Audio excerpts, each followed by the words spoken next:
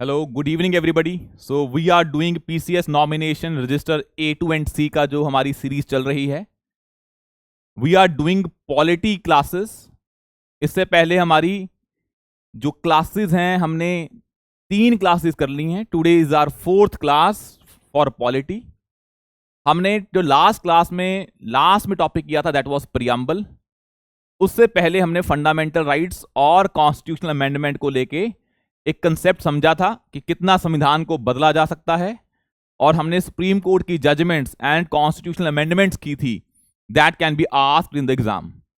This whole course for PCS nomination register A2 and C is freely available on YouTube, on Civils with Akash YouTube channel. There is a proper playlist for that. Earlier we were doing general science classes. We completed that also. यहाँ वो चल रही हैं, और ये साथ में polity वाली हैं, तो ये भी आपके हैं। उसके बाद और क्लासेस आएंगी हिस्ट्री के लिए। मतलब सारा सिलेबस आपको अच्छे से करवाया जाएगा। There is no need to join any classes. बस एक चीज इंश्योर करें, क्योंकि जो ये एग्जाम है ये ऑब्जेक्टिव एग्जाम है। लास्ट में आपको MCQ सॉल्व करने हैं। Knowledge acquiring is a different thing and applying that knowledge in the examination hall is a different thing. तो आपको घर पे प्रैक्टिस करनी पड़ेगी उन ऑब्जेक्टिव क्वेश्चंस की। और आपके पास PYQs भी हैं, इसी एग्जाम के हैं। 22 का है, 19 का है, उससे पहले 14 का है। जो भी लास्ट 3 एग्जाम हुए हैं, if the years are wrong, but वो 3 एग्जाम लेटेस्ट जो हैं उनको उठाएं। पीसीएस का लेटेस्ट एग्जाम उठाएं, जो नॉर्मल पीसीएस होता है, जो गवर्नमेंट इंप्लॉयज के लिए नहीं होता है, उसके 3-4 सालों के उठाएं। और यूपीएससी के पेपर उठाएं, बिकॉज इस लास्ट ईयर जो लास्ट टाइम जो पेपर हुआ था पीसीएस नॉमिनेशन का, that was very very analytical और लिटिल बिट टफ। इतना ईजी नहीं था। इस बार और टफ आएगा, बिकॉज पीसीएस का पेपर भी टफ आया था जो नॉर्मल होता है। तो you have to prepare according to that level. ऐसा नहीं है कि हम नॉर्मल पढ़ के चले गए। हमने साइंस की क्लासेस में भी देखा था, we are going into little depth. हमने करंट अफेयर्स भी करने पड़ेंगे, गवर्नमेंट की स्कीम्स भी करनी पड़ेंगी, नॉर्मल जो फंडामेंटल कंसेप्ट्स हैं वो भी पढ़ने पड़ेंगे। हमने सब पढ़ा था। सेम हम पॉलिटी में कर रहे हैं। We will do comprehensive coverage of that topic, ताकि आपको कहीं और से कुछ करने का कोई जरूरत ना पड़े। Now let's start with that topic जो हम कर रहे थे, प्रियम्बल वाला। पहले उसको कंप्लीट करते हैं, then we will go into the fundamental rights. पर उससे पहले एक टॉपिक हमारा बचा है जो हमें समझना है, that is the topic of judicial review. तो आज की क्लास में हम क्या करेंगे, पहले हम पढ़ेंगे जो प्रियम्बल का रिमेनिंग रह गया है, then we will do the judicial review का टॉपिक, उसको समझाएंगे। हमने करवा दिया है पर इसको हम अलग से करवाना चाहते हैं, ताकि पेपर में कहीं डायरेक्टली इस पे ना आ जाए जुडिशियल रिव्यू पे क्वेश्चन। और फिर हम पढ़ेंगे फंडामेंटल राइट्स पे। ये आज का है लेक्चर, और नेक्स्ट लेक्चर में we will complete fundamental rights, because सबसे इंपॉर्टेंट टॉपिक ही क्या है, फंडामेंटल राइट्स। तो आज की क्लास और उसकी नेक्स्ट क्लास में ये चलेगा। तो उसके हिसाब से आप प्लान कर लें। अगर आप अपना भी पढ़ रहे हैं तो इन टॉपिक्स को थोड़ा एक बार पहले रिवाइज कर लें। अगर नहीं भी पढ़ रहे तो भी कोई दिक्कत नहीं है, because we are doing from the scratch. Now start with the preamble topic. हमने लास्ट में जो पढ़ा था, मैं 1 सेकेंड में इसको रिवाइज करवा देता हूं कि क्या पढ़ा था। हमने ये पढ़ा था जो प्रियम्बल है वो संविधान का पहला पन्ना है, और वो क्या बताता है, द प्रियम्बल डिफाइंस द या mentions the philosophy of the constitution, कि पूरे के पूरे संविधान की जो मूल भावना है that is mentioned in the constitution. It's like a preface of a book और अ नॉवल, कि नॉवल में क्या लिखा गया है that is mentioned in a concise manner in the preface, and same preamble is a preface of the constitution. It was called as the identity card of the constitution by some scholar called as K.M. Munshi. मतलब हमें इसको यह समझना है कि preamble आपको संविधान के बारे में ओवरऑल आइडिया दे देता है। और हमने 3 केसेस पढ़े थे preamble को लेके। These are very important. The first one case was जो हमने पढ़ा था री Berubari union case. Re Berubari union case, in that case Supreme Court said that preamble is not the part of constitution. But in the another case, that is the case of Keshavananda Bharati case, Supreme Court came out with the idea that preamble is a part of constitution. ये आपको पहले हमने करवा दिया था, और हमने इस केस के बारे में पहले भी बताया है कि जो ये केस है यहीं से आया था, the doctrine of basic structure. यहां बोला गया preamble is a part of constitution. But एक चीज और बोली गई साथ में कि प्रियम्बल संविधान का पार्ट तो है, but preamble is non justiciable. Preamble does not give any power to anybody. No power source. बस प्रियम्बल पार्ट ऑफ कॉन्स्टिट्यूशन है। अगर आपका प्रियम्बल वॉयलेट हो जाता है, लेट्स सपोज जैसे फंडामेंटल राइट्स है ना हमारे, हम पढ़ेंगे आगे पार्ट 3 में मेंशन है संविधान में, अगर आपके फंडामेंटल राइट्स वॉयलेट होते हैं तो you can go to high court और supreme court. In general you can go to the judiciary. But अगर आपका प्रियम्बल में बोलो कि भाई प्रियम्बल की जो लिखा है इक्वालिटी, मुझे इक्वालिटी नहीं मिल रही है, तो आप प्रियम्बल को लेके नहीं जा सकते कोर्ट में कि भाई मेरा प्रियम्बल में लिखी हुई चीजें वॉयलेट हो रही हैं। That's why preamble is called as non justiciable. Non justiciable means for which you can not go to the judiciary. And other is preamble does not give any power to any organ of the जो government है, चाहे वो executive हो, चाहे legislature हो, चाहे वो judiciary हो। ये किसी को पावर नहीं देता है। ये दोनों पॉइंट इंपॉर्टेंट है। बट हां, क्या प्रियम्बल पार्ट ऑफ कॉन्स्टिट्यूशन है? बिल्कुल है। तो if preamble is a part of constitution, can preamble be amended? Of course it can be amended. और हमने देखा भी कि प्रियम्बल को अमेंड भी किया गया था। It was amended just once. और कौन सी अमेंडमेंट थी वो? 42nd amendment of the constitution. Year was 1976। और आपको एक चीज पता होनी चाहिए, इंडिया में जब ये अमेंडमेंट आई थी 42nd amendment, it came during the period of Indira Gandhi 1976, and that was the time period of national emergency in India. तो ये जो अमेंडमेंट है it came during the emergency जो इंडिया में लगी हुई थी उस टाइम। आपको इतना तो आइडिया होगा। अब जब ये इमरजेंसी लगी हुई थी तो इमरजेंसी के टाइम पे किसकी पावर बढ़ती है? इमरजेंसी के टाइम पे गवर्नमेंट बड़ी पावरफुल हो जाती है। आपके राइट्स क्या हो जाते हैं? सस्पेंड हो जाते हैं ब्रॉड लेवल पे। हम पढ़ेंगे नेशनल इमरजेंसी को भी, पर इतना पता होना चाहिए इमरजेंसी का मतलब क्या है कि गवर्नमेंट की पावर बढ़ जाती है, गवर्नमेंट बिकम्स मोर पावरफुल। अगर गवर्नमेंट पावरफुल है तो इसका मतलब क्या है? Citizens are less powerful. It mean citizens के राइट्स क्या हो जाते हैं? सस्पेंड हो जाते हैं।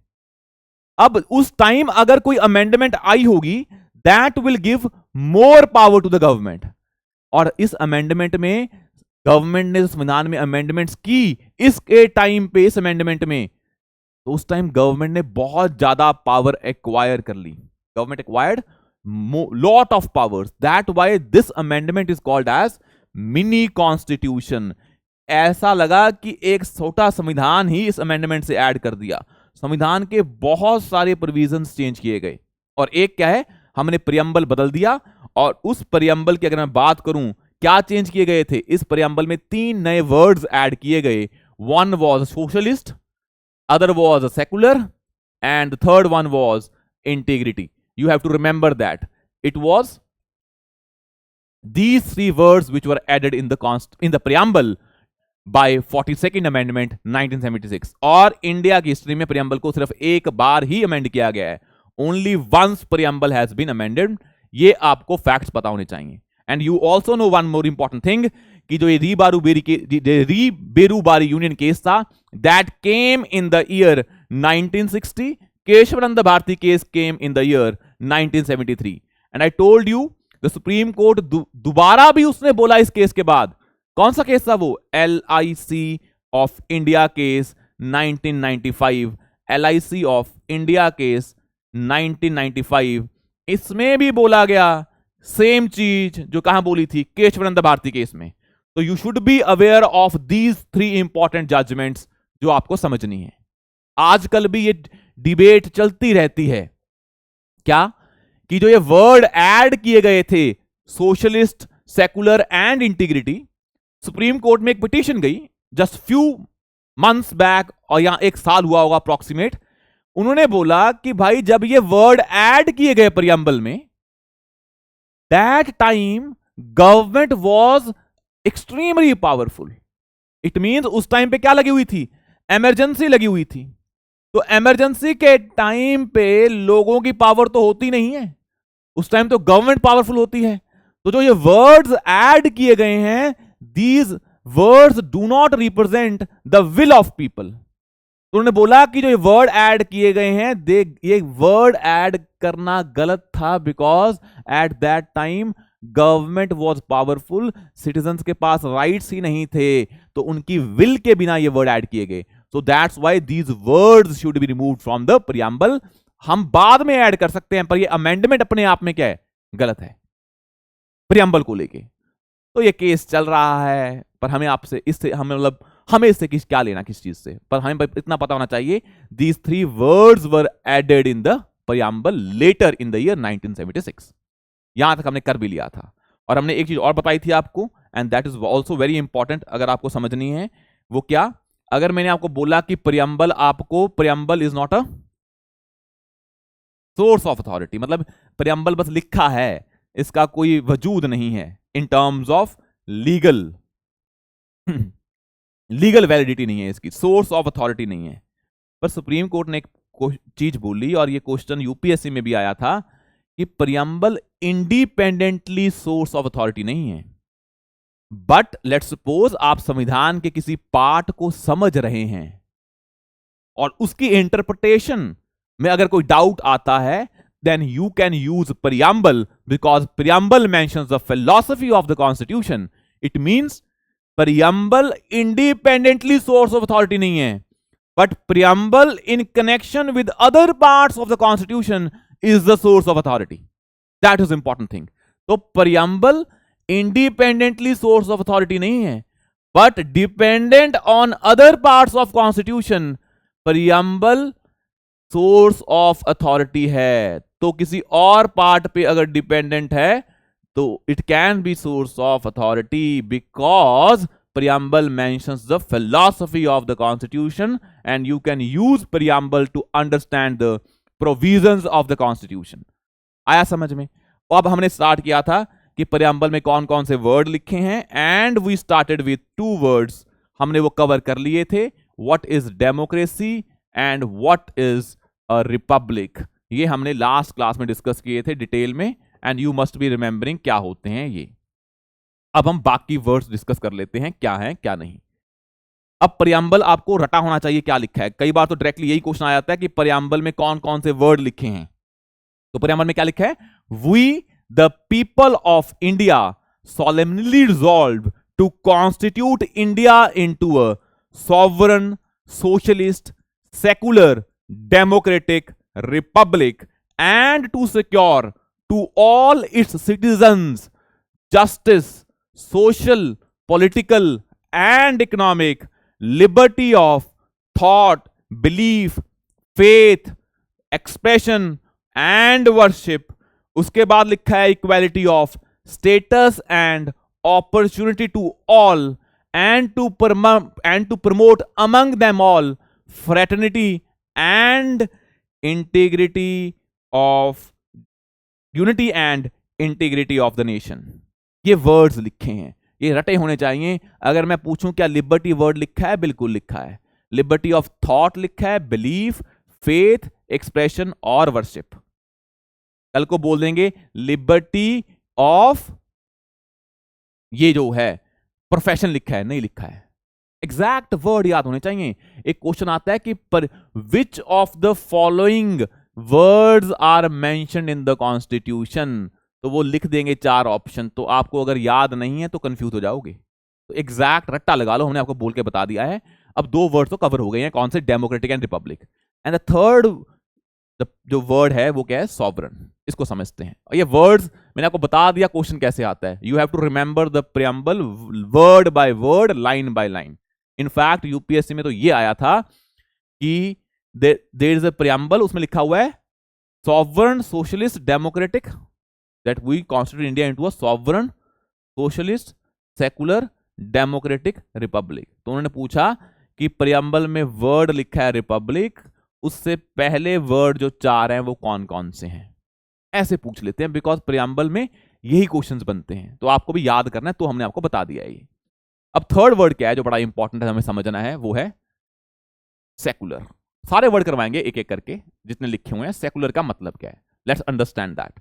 और आपके ये पर सिलेबस में लिखा भी हुआ है, पहली लाइन ही है सिविक्स में कि भाई सेकुलरिज्म पे बताएं, नेशनलिज्म पे बताएं कि इसके आपको थ्योरी आपको समझ आती है कि नहीं, कि क्या है सेकुलरिज्म। तो इसको समझते हैं। India is a secular country, ये सभी को पता है। इसका मतलब क्या है? इट मींस अगर मैं सेकुलर का ऑपोजिट वर्ड देखूं, that is called as theocratic. Secular का opposite word is theocratic. What does that word mean? It means when the state has its own religion. That is called as theocratic nation. For example, Pakistan is a Islamic republic. It means Islam is the official religion of Pakistan. So Pakistan is not a secular country. Pakistan की state का अपना religion है, that is called as इस्लाम. तो वो क्या है? Theocratic nation. But because India is a very diverse country, तो हमने कौन सा मॉडल अप्लाई किया? हमने कोई स्टेट का रिलीजन नहीं रखा. वी इंश्योर कि स्टेट का अपना कोई रिलीजन ना हो, because all religion are important. And अगर स्टेट का कोई अपना रिलीजन नहीं है, that state is called as secular state. मतलब स्टेट का अपना कोई रिलीजन नहीं है. ये ब्रॉडर आइडिया है किसका? सेकुलरिज्म का. ये आइडिया है सेकुलर नेशन का आइडिया. स्टेट का अपना रिलीजन नहीं होता है. और आपको पूरी कहानी पता होगी. फॉर एग्जाम्पल, जब देश हमारा डिवाइड हुआ 1947 में, यही आइडिया था ना.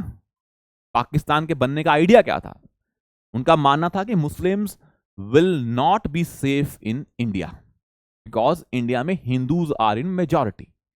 तो पाकिस्तान का जो आइडिया दिया था मोहम्मद अली जिन्ना ने या मोहम्मद इकबाल ने, द आइडिया वॉज कि मुस्लिम should have a separate nation because Muslim interest were not be safe in a country where Hindus are in majority. So that's why they created a separate nation on the idea that this nation will represent the Muslims. But India, Indian leaders, Mahatma Gandhi, Nehru, these all leaders were of the view that India is a diverse country where Hindus are there, Jain, Sikh, Buddhist, Parsis, Christians, all are there, Muslims are there. They all will be having the protection in terms of their culture or religion. तो हम अपनी state को secular रखेंगे. अब हम जब secular रखेंगे तो एक चीज समझ में आती है कि ये सेकुलरिज्म किस टाइप का होगा. तो वहां से एक आइडिया आया, that is the idea of secularism. और एक समझने की बात है, this idea of secularism is not of Indian origin. ये आइडिया आया था वेस्ट में. वेस्ट में आइडिया आया था. वेस्ट में कहां पे? यूरोप में. कैसे? इसको बताते हैं. If you have studied little bit of history, आपने सुना होगा एक वॉर हुए थे, religious wars in Europe. There were religious wars in Europe. उसे बोल देते हैं 100 years ऑफ वॉर. मतलब इंडिया में नहीं, यूरोप में इंडिया से पहले रिलीजन के बेसिस पे फाइट हो चुकी थी. तो वहां पे 100 साल तक रिलीजन के बेसिस पे फाइट चली. तब उनको समझ में आया कि रिलीजन के बेसिस पे फाइट है, तो हम एक काम करते हैं, रिलीजन को पॉलिटिक्स से अलग कर देते हैं. तो इन वॉर्स के बाद उनमें ये समझ आई कि रिलीजन को आपको पॉलिटिक्स में इंटरफेयर नहीं करने देना है. रिलीजन अलग होना चाहिए, पॉलिटिक्स अलग होनी चाहिए. बिकॉज अगर पॉलिटिक्स में रिलीजन घुसता है तो फिर तो वॉर ही होते हैं. तो ये लगा उनको कि रिलीजन और पॉलिटिक्स में ये चल रहा है. ये आपको एक सेकंड, ये विजिबल है ये जो हमने लिखा है? एक सेकंड दें हमें.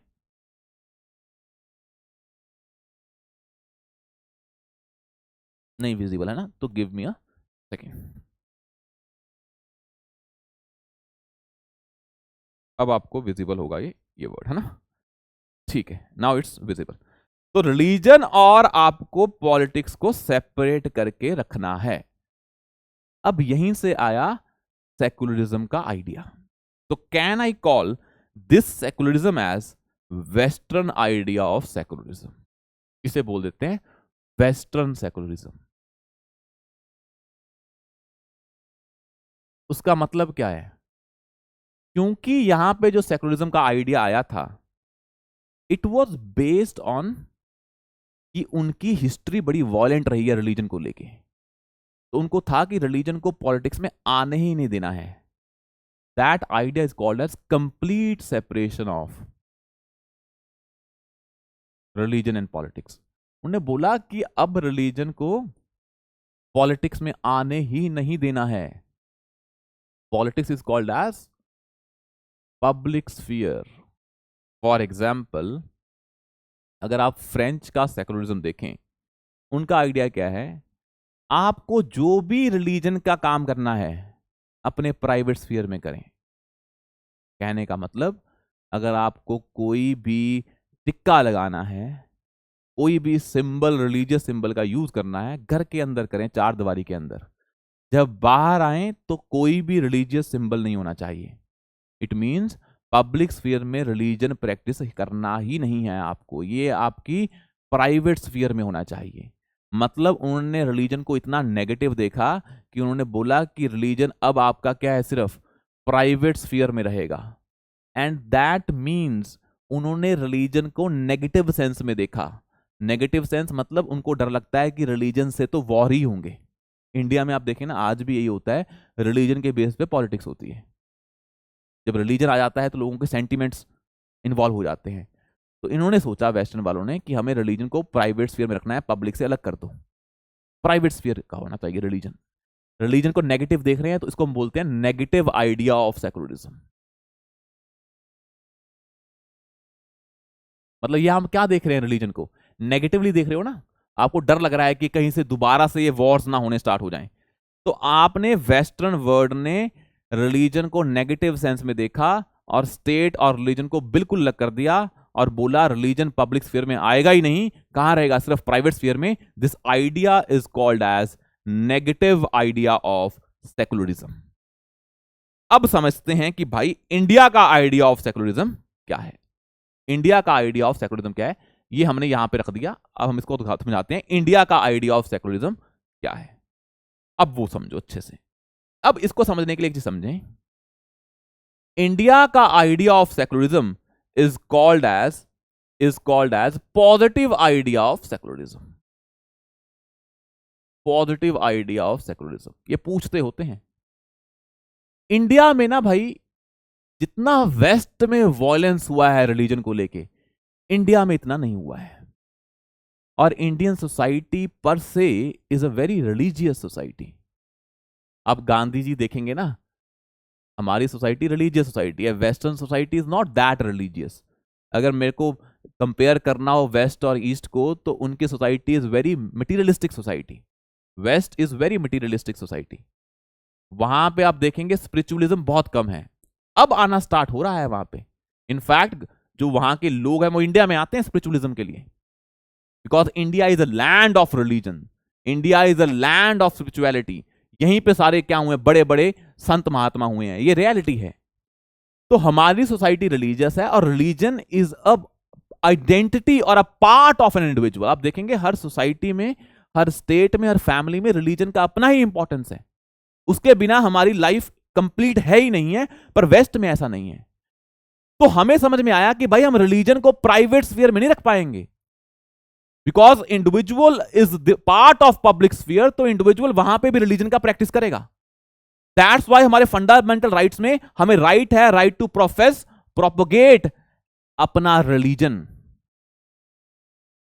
कि हम अपने रिलीजन को प्रैक्टिस कर सकते हैं, प्रोफेस कर सकते हैं और प्रोपोगेट भी कर सकते हैं। आप देखेंगे इंडिया में रिलीजन के लिए पूरे सभाएं होती हैं पब्लिक स्फीयर में, ओपनली कोई नहीं रोकता है। तो हमने रिलीजन को प्राइवेट स्फीयर में नहीं रखा है, कहां रखा है, जहां मर्जी करें। तो हमारे लिए रिलीजन सोसाइटी, रिलीजियस सोसाइटी है, तो हमने रिलीजन को पब्लिक स्फीयर में भी रखा है, कोई दिक्कत नहीं है। और इनफैक्ट हमने स्टेट को रिलीजन से कंप्लीटली सेपरेट नहीं किया है। हमने बोला है कि स्टेट भी रिलीजन में पार्टिसिपेट कर सकती है, पर अगर करेगी तो इक्वली करेगी। तो हमने बोला state will participate in religion but in equal terms. मतलब ऐसा नहीं है वो किसी एक रिलीजन को प्रमोट करेगी, वहां पे प्रिंसिपल ऑफ इक्वालिटी होना चाहिए। एग्जाम्पल के तौर पे, अगर वो कोई स्टेट या कोई गवर्नमेंट मुस्लिम्स को हज जाने के लिए सब्सिडी देती है, तो वो हिंदूज को भी सब्सिडी देगी हिंदू टेंपल्स में जाने के लिए। It means when the state is involving in religion, then state will equally contribute to all the religion.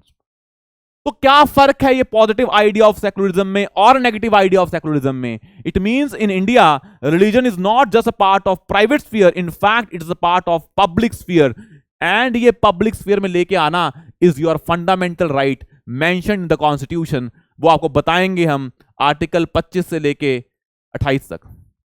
यहां पूरे आइडिया ऑफ सेकुलरिज्म है, फ्रीडम ऑफ रिलीजन है आपको पब्लिक स्फीयर में, और दूसरा स्टेट भी रिलीजन को लेके काम कर सकती है, but state will not discriminate any religion. It will, if it promotes one religion, it will equally promote all other religions। और यही हमारे संविधान में एक आइडिया है कि स्टेट कोई टैक्स नहीं लगाएगी जो टैक्स किसी एक पर्टिकुलर रिलीजन को प्रमोट कर रहा हो। भाई आपने अगर हिस्ट्री पढ़ी हो तो एक टर्म सुना होगा, जजिया। जजिया was a tax imposed by many Mughal या Islamic rulers on non Hindu, on non Muslims. मतलब हिंदूज पे टैक्स लगता था, मुस्लिम्स पे नहीं लगता था। तो दैट जजिया was basically imposed on a one religious community, non Muslims. Muslim पे नहीं लग रहा है तो ये डिस्क्रिमिनेशन है ना।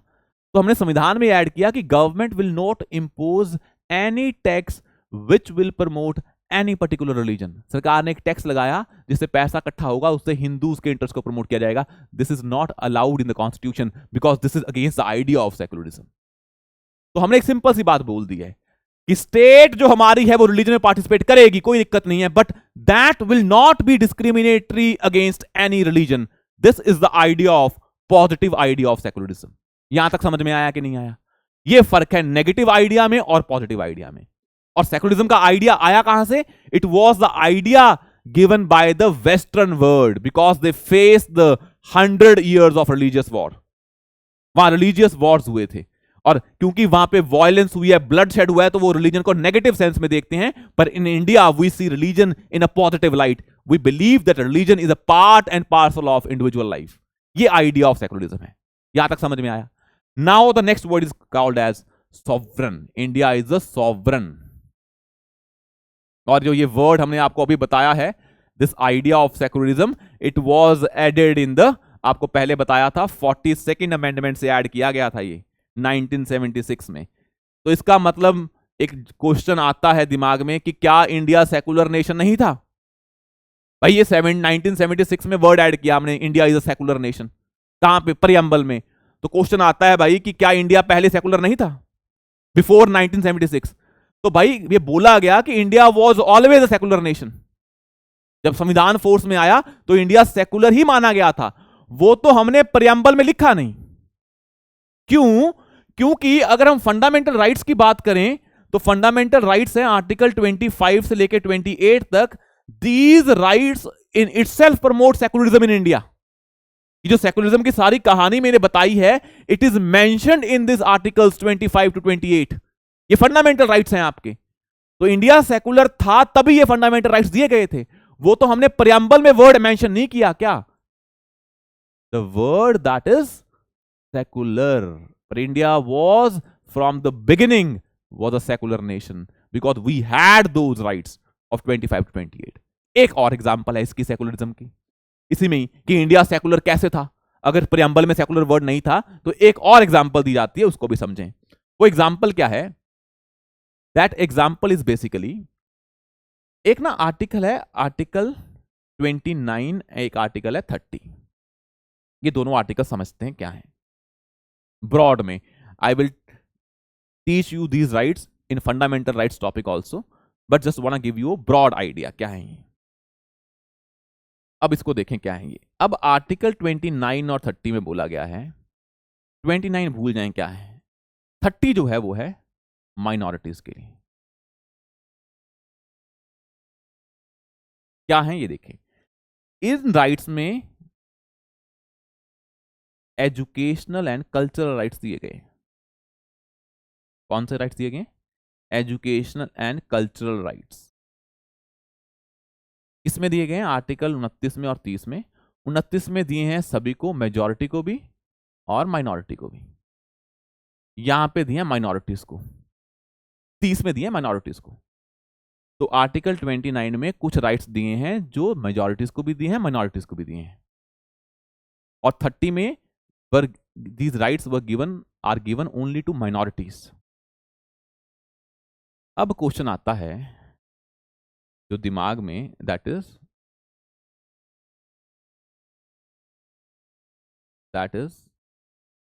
कि कौन सी माइनॉरिटीज रिकॉग्नाइज की गई हैं संविधान में?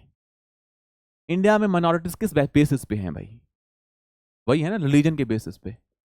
तो religious minorities, for example Hindus, Sikh, Jain, Buddhist, Parsi, Christians, Muslim, these all are religious communities. Hindus are in majority and बाकी क्या है, माइनॉरिटी में है। तो हमने क्या बोला कि जो भी माइनॉरिटी है वो कौन कौन सी होंगी? मुस्लिम्स, सिख, जैन, बुद्धिस्ट, पारसी और क्रिश्चियंस। हिंदू तो नहीं है, वो तो मेजॉरिटी में है। तो हमने जो संविधान में माइनॉरिटीज माननी है वो किस बेसिस पे माननी है? रिलीजन के बेसिस पे माननी है। और एक और बेसिस है, वो क्या है? लैंग्वेज के बेसिस पे माननी है। एंड लैंग्वेज के बेसिस पे लिंग्विस्टिक माइनॉरिटीज। तो पहले तो आपको ये क्लियर होना चाहिए कि इंडिया के संविधान में we consider only two types of minorities, that is religious and linguistic minorities. ये समझ में आया? आर्टिकल 29 और 30 कल्चरल और एजुकेशनल राइट्स प्रमोट करते हैं। Cultural and educational rights promote करते हैं।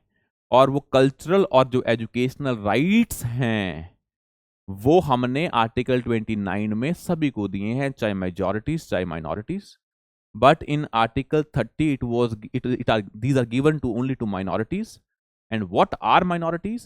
There are two types of minorities, religious minorities and linguistic minorities.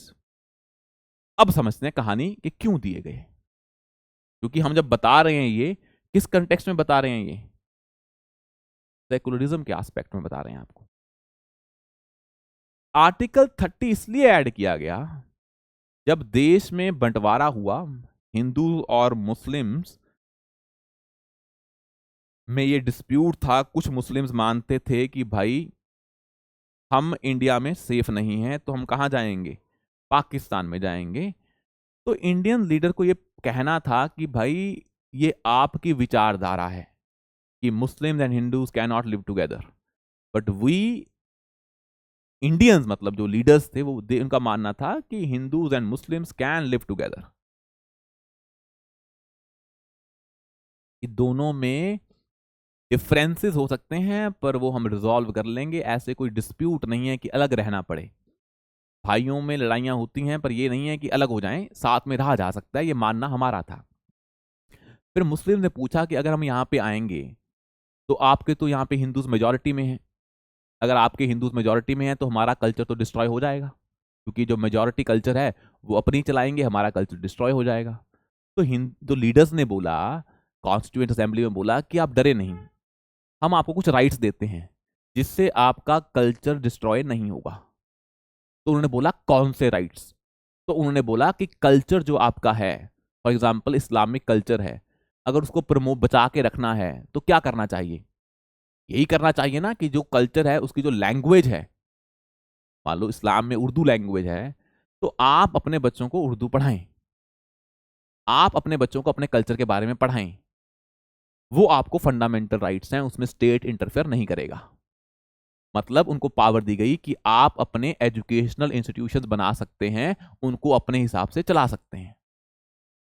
तो जो माइनॉरिटीज हैं वो अपने एजुकेशनल इंस्टीट्यूशन चलाएंगे, अपने हिसाब से चलाएंगे, अपने हिसाब से एजुकेशन देंगे, ताकि उनका कल्चर जनरेशन टू जनरेशन आगे बढ़ता रहे, उसको थ्रेट ना हो। जैसे एक इंस्टीट्यूशन है, जैसे दिल्ली में जाएंगे, एक जामिया मिलिया इस्लामिया यूनिवर्सिटी है। What is that university? It is a minority educational institutions created by Muslims. वहां पे जो एजुकेशन होती है वो अपने हिसाब से देते हैं, उसमें स्टेट का कोई इंटरफेरेंस नहीं है। तो इसका मतलब क्या है कि माइनॉरिटीज अपने एजुकेशनल इंस्टीट्यूशन चला सकती हैं, अपने हिसाब से चला सकती हैं और अपने कल्चर को प्रमोट कर सकती हैं, उसमें स्टेट इंटरफेयर नहीं करेगा। तो उन्होंने बोला इससे आपका कल्चर चलता रहेगा, हम डिस्ट्रॉय कर ही नहीं पाएंगे एज अ मेजॉरिटी कम्युनिटी। तो वो कहते बात सही है। तो उनको एश्योरेंस दिया गया कि आप इंडिया में आए, ये फंडामेंटल आपके राइट्स आपके पास हैं, आपके कल्चर को कोई भी हाथ नहीं लगा पाएगा। तो बोले बात बिल्कुल सही है। तो मुस्लिम्स को एश्योरेंस दिया गया। तुम क्या प्रमोट कर रहे हैं? In India all religions are safe. What that idea promotes? Secularism. तो आर्टिकल 25 से लेकर 28 तक भी सेकुलरिज्म प्रमोट हो रहा है। आर्टिकल 30 में भी क्या प्रमोट हो रहा है? सेकुलरिज्म। तो ये जो आर्टिकल्स थे ये तो पहले भी संविधान में थे ना, बाद में तो ऐड नहीं किए गए। तो हम पहले ही सेकुलर थे। प्रियम्बल में वर्ड हमने बाद में ऐड किया, कोई दिक्कत नहीं है उसमें। यहां तक समझ में आया कि नहीं आया? क्लियर है? तो वेरी गुड। तो now let's deal with the next idea that is called as sovereign. क्या होता है ये सॉवरन की कहानी, इसको देखते हैं। What does that word mean sovereign? अब ना हमें तो आपने सुना होगा, अगर आपने कभी मॉडर्न हिस्ट्री सुनी हो, पढ़ी हो, या एक आइडिया आता था स्वराज, हमें क्या चाहिए? स्वराज चाहिए। When Britishers were ruling India, तो एक बड़ा दुखड़ा था हमारा कि हमें क्या होना था? आजाद होना था। सबसे बड़ा हमें दुख था, हमें क्या होना था? इंडिपेंडेंट होना था। मतलब इंडिपेंडेंस का मतलब क्या होता है आसान भाषा में? फ्रीडम होता है ना। आप जो कुछ लोग पेपर दे रहे होंगे, ये वाला उनके बच्चे होंगे, तो यही पूरा पंगा चलता है फैमिली में कि मेरी फ्रीडम कम हो रही है फैमिली में। तो फ्रीडम सभी को इंपॉर्टेंट है। इंडिविजुअल के लिए सबसे इंपॉर्टेंट चीज ही क्या है? फ्रीडम। उसके बिना आपका वजूद होता ही नहीं है। सेम नेशन के लिए क्या इंपॉर्टेंट है? फ्रीडम। अब ये इंडिपेंडेंस और जो फ्रीडम है, यही क्या है? सॉवरन है। मतलब जो स्वराज का आइडिया था वो क्या था? कि जो गोरे थे, ब्रिटिशर्स थे, they were ruling India. It means India was a dependency. India as a nation was dependent on some external power for its own working. India के लोगों को चलाने के लिए इंडियंस क्या थे? काम नहीं कर रहे थे। They were dependent upon some foreign power, that is britishers. तो हमें था कि हम देश अपने हिसाब से चलाएंगे। We were dependent on somebody. We want to be independent, and that independent means you can take decisions not on depending upon anybody. तो आप किसी की डिपेंडेंसी नहीं होंगे। मतलब you will take decisions independently. और वही क्या होता है? Sovereign nation. वही क्या होता है? सॉवरेनिटी। अब अगर हम पॉलिटिकल सेंस में देखें, what is sovereignty is all about, तो मुझे एक चीज बताएं, अगर मैं पॉलिटिकल सेंस में सॉवरेनिटी को समझूं, इंडिपेंडेंस को समझूं, तो मैं कैसे समझूंगा?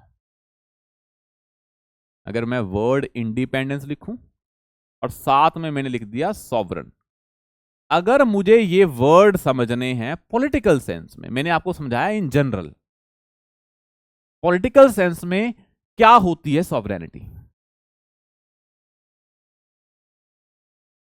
हमने आपको सिंपल सी बात बताई थी कि जो संविधान है, इसका मेन गोल क्या है। I told you that in the very first class. Constitution का, एक तो ये पता नहीं क्या है, कॉन्स्टिट्यूशन का मेन गोल क्या है बताएं? पहली क्लास में 25 बार बताया था। The purpose of constitution is to promote limited government. करवाया था ना कि जब भी कभी कॉन्स्टिट्यूशन आएगा उसे क्या बोल देंगे? Limited government. यूपीएससी में 10 बार ये क्वेश्चन आ चुका है पिछले 25-30 सालों में, 10 बार। What is a constitutional form of government? It is a limited government. क्योंकि कॉन्स्टिट्यूशन आया था गवर्नमेंट की पावर पे चेक रखने के लिए। यहां तक क्लियर है? अब लिमिटेड गवर्नमेंट कब आती है? जब गवर्नमेंट किसी रूल के हिसाब से काम करे, उसे बोल देते हैं rule of law. Government limited तभी होगी ना वो जब किसी दायरे में रह के काम करेगी, और वो दायरा कौन सेट करेगा? लॉ बनेंगे उसके हिसाब से काम करेगी, and that is called as rule of law. It means अगर कोई कंट्री सॉवरन है, उसमें अगर लॉ बन रहे हैं, who will make that law? That will decide whether a country is a sovereign or not sovereign. तो सॉवरेनिटी का मेन मकसद क्या हुआ? सुप्रीम लॉ मेकिंग अथॉरिटी कौन है? सुप्रीम लॉ मेकिंग अथॉरिटी कौन है? अगर वो इंडियंस खुद हैं तो इंडिया सॉवरन है। अगर लॉ बनाने की अथॉरिटी किसी और के पास है तो इंडिया सॉवरन नहीं है। मतलब सिंपल सा ये है, इंडिया जो भी लॉ बनाएगा, जो भी काम करेगा, that will be done by the Indians, not by any external power. ये होता है सॉवरेनिटी. फॉर एग्जाम्पल, अब एक चीज बोली जाती है कि there are two types of sovereignty. There are two types of sovereignty. One is called as internal sovereignty. Other one is called as external sovereignty. ये बड़े इंपॉर्टेंट हैं. ये अभी इसी से एक वर्ड आएगा नेशनलिज्म और आता है patriotism. These words are also important और आपके सिलेबस में डायरेक्टली मेंशन है क्या होता है नेशनलिज्म. अब मुझे बताएं सॉवरेनिटी का मतलब क्या है, कि किसके पास लॉ बनाने की अथॉरिटी है. अगर मैं एक इंसान की बात करूं, if you are truly free, truly independent, means truly sovereign, तो आप अपनी लाइफ को अपने हिसाब से चलाते हैं. यही होता है ना भाई. फ्रीडम का मतलब क्या है? I will decide my life. यही होता है ना, मैं अपने हिसाब से डिसाइड करूंगा या करूंगी कि मुझे क्या पढ़ना है, कहां जाना है, कब शादी करनी है, किससे करनी है. That is called as I will be the supreme law making authority for myself. तो वो सॉवरन हो गया, वो फ्रीडम हो गई है. और नेशन के केस में सेम होगा कि मैं जो करना चाहता हूं नेशन में वही करूंगा. और वो दो टाइप के, इंटरनल सॉवरेनिटी और एक्सटर्नल सॉवरेनिटी. अब इसका मतलब क्या है? जब कोई nation, this is a word, ये दुनिया है, इसमें बहुत सारे क्या हैं, गोले हैं. एक बड़ा गोला है जो ये दुनिया है, और उसमें छोटे छोटे गोले हैं. और ये छोटे गोले भी बराबर नहीं है. कोई गोले बड़े हैं, जैसे कि यूएसए का गोला बड़ा है, पाकिस्तान का ये बिंदी सी है, ये इंडिया का गोला है. ये ऐसे अलग अलग गोले हैं, मतलब पावर के हिसाब से हमने गोले बना दिए. अब ये मान लो ये गोला है, इंडिया का गोला है ये. अब इस गोले के अंदर जो इंडिया को करना है, अगर वो इंडिया कर रहा है, मतलब internal matters of India will be called as internal sovereignty. Example के तौर पे हम बात करते हैं कश्मीर की. कश्मीर में जब आर्टिकल 378 अभी एब्रोगेट किया गया कुछ साल पहले, उससे पहले क्वेश्चन उठते थे कि कश्मीर में देयर वर एक्सटर्नल इंटरवेंशंस. मतलब कश्मीर इंडिया का पार्ट था, उसमें इंडिया का पार्ट है तो इंडिया की गवर्नमेंट कश्मीर को चलाएगी. बट उस टाइम बहुत सारी एक्सटर्नल इंटरवेंशन हुआ करती थी कश्मीर में, चाहे वो पाकिस्तान की हो, चाहे वो यूएसए की हो, फॉरेन पावर्स की. तो बोला जाता था कि India is not a sovereign in that sense. आज कश्मीर में इंडिया का काम चलता है, इंडिया का दबदबा है, इंडिया के रूल्स हैं, कोई भी इंटरफेरेंस नहीं है फॉरेन पावर का. तो जो इंटरनल मैटर्स में काम हो रहा है, तो क्या हमारे इंटरनल मैटर में कोई फॉरेन पावर इंटरफेयर कर रही है कि नहीं कर रही? अगर नहीं कर रही तो we are internally sovereign. But because we are part of the world, तो हमें ये गोलों के साथ इंटरेक्शन भी करनी पड़ती है. इंडिया इंटरनली भी काम करता है, हमारी फॉरेन पॉलिसी भी तो है ना. For example, India is a part of United Nations, India is a part of World Health Organization, India is a part of World Trade Organization. India अपने अंदर के कामों को अच्छा करने के लिए बाहर भी तो इंटरेक्शन करता है. If India is deciding the external policies, if India is not sovereign in that, तो बोलेंगे कि India is not externally sovereign. Example के तौर पे हमारा ईरान दोस्त है, या था, या होगा, कुछ भी मान लें कि ईरान हमारा अच्छा दोस्त था या है, बट हम यूएस और ईरान की जो एनिमिटी है उसके कारण ईरान के साथ अच्छे रिलेशन नहीं रख पाते हैं. Because we have to balance कि हमें यूएस से इंपॉर्टेंट है या ईरान इंपॉर्टेंट है. तो we sometimes sacrifice. For example, हमने ईरान से ऑयल इंपोर्ट करना बंद कर दिया यूएस के प्रेशर में. तो this was a external policy that India has to take because of the pressure of USA. तो बोलते हैं India is not externally sovereign. और एक और एग्जाम्पल है, रशिया और यूक्रेन में वॉर हो रहा था, आपने सुना होगा. अब रशिया और यूक्रेन में वॉर हो रहा है. Russia is a all weather friend of India. हम मानते हैं कि 1971 से जब हमने रशिया के साथ ट्रीटी ऑफ फ्रेंडशिप की, उसके बाद से रशिया हमारा दोस्त रहा है. जैसी भी सिचुएशन बनी हो तो वो बड़ा ऑल वेदर फ्रेंड है. पर बिकॉज रशिया और यूक्रेन के वॉर में रशिया और यूएसए की नहीं बन रही थी, फिर हमें डिस्प्यूट आया कि यूएसए ने बोला आप रशिया से तेल ना लें, तो इंडिया ने बोला हम रशिया से तेल लेंगे.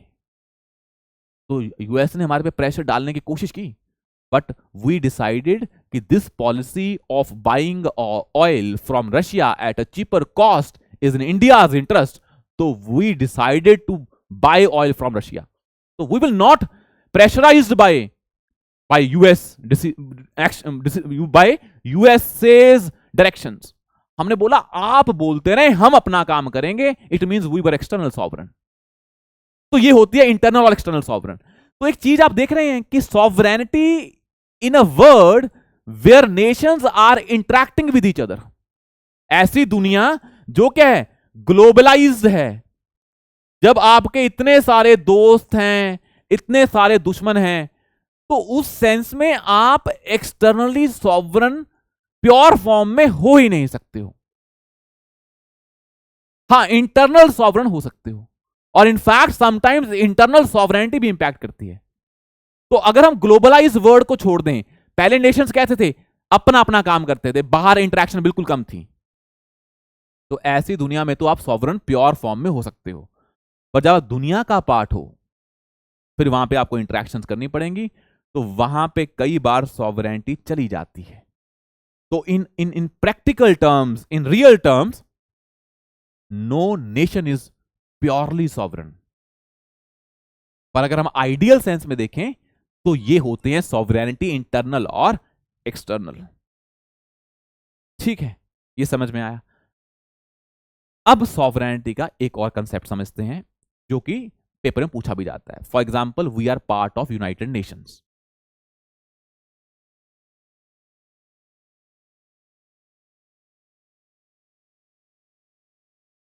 We are part of United Nations. India is a member of UN ना? India is a part of Commonwealth nations. क्या है इसको बता देते हैं. जो कॉमनवेल्थ नेशन है क्या थी, जो ब्रिटिशर्स थे उनका अंपायर था पहले, उनकी बहुत सारी कॉलोनीज थी ना. इंडिया भी उनकी कॉलोनी थी. उनकी बहुत सारी कॉलोनीज थी. ना सिर्फ इंडिया, साउथ एशिया में बहुत सारी कॉलोनीज थी. एक सेकंड हमें. हाँ, बहुत सारी क्या थी, कॉलोनीज थी ब्रिटिशर्स की. ना सिर्फ इंडिया, म्यांमार, बांग्लादेश, भूटान, नेपाल, ये सारे क्या थे, ब्रिटिशर्स की कॉलोनीज थी किसी ना किसी टाइम पे, फ्रांस या ब्रिटेन की. अब जो ब्रिटेन की कॉलोनीज थी, जब वो इंडिपेंडेंट हो गई तो एक बॉडी बनी, कॉमनवेल्थ नेशंस. इसमें कौन आ रहे हैं, जो पहले किसकी कॉलोनीज थे, ब्रिटेन की. तो वो सारे जो पहले कॉलोनीज थे ब्रिटेन के, वो इकट्ठे आए, उन्होंने बनाया कॉमनवेल्थ नेशंस. और वैसे ही एक है यूनाइटेड नेशंस.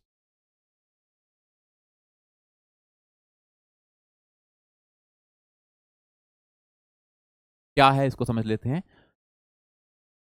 यूनाइटेड नेशंस बोलता है, ये ना कंसेप्ट समझना बड़ा इंपॉर्टेंट है कि ये क्या है यूनाइटेड नेशन, ये कैसे काम करता है. ये इसको आपको ना आईआर में क्वेश्चन पूछा जाता है. तो let me teach you that thing first.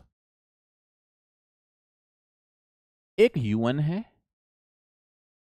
और एक है रियलिज्म. तो ध्यान से समझना.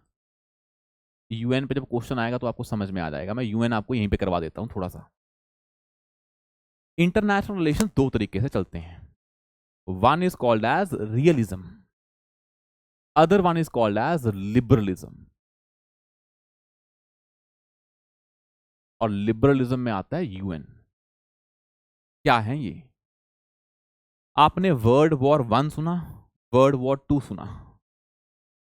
जो वर्ल्ड वॉर 1 था या 2 था, इसमें बहुत ज्यादा डिस्ट्रक्शन हुई.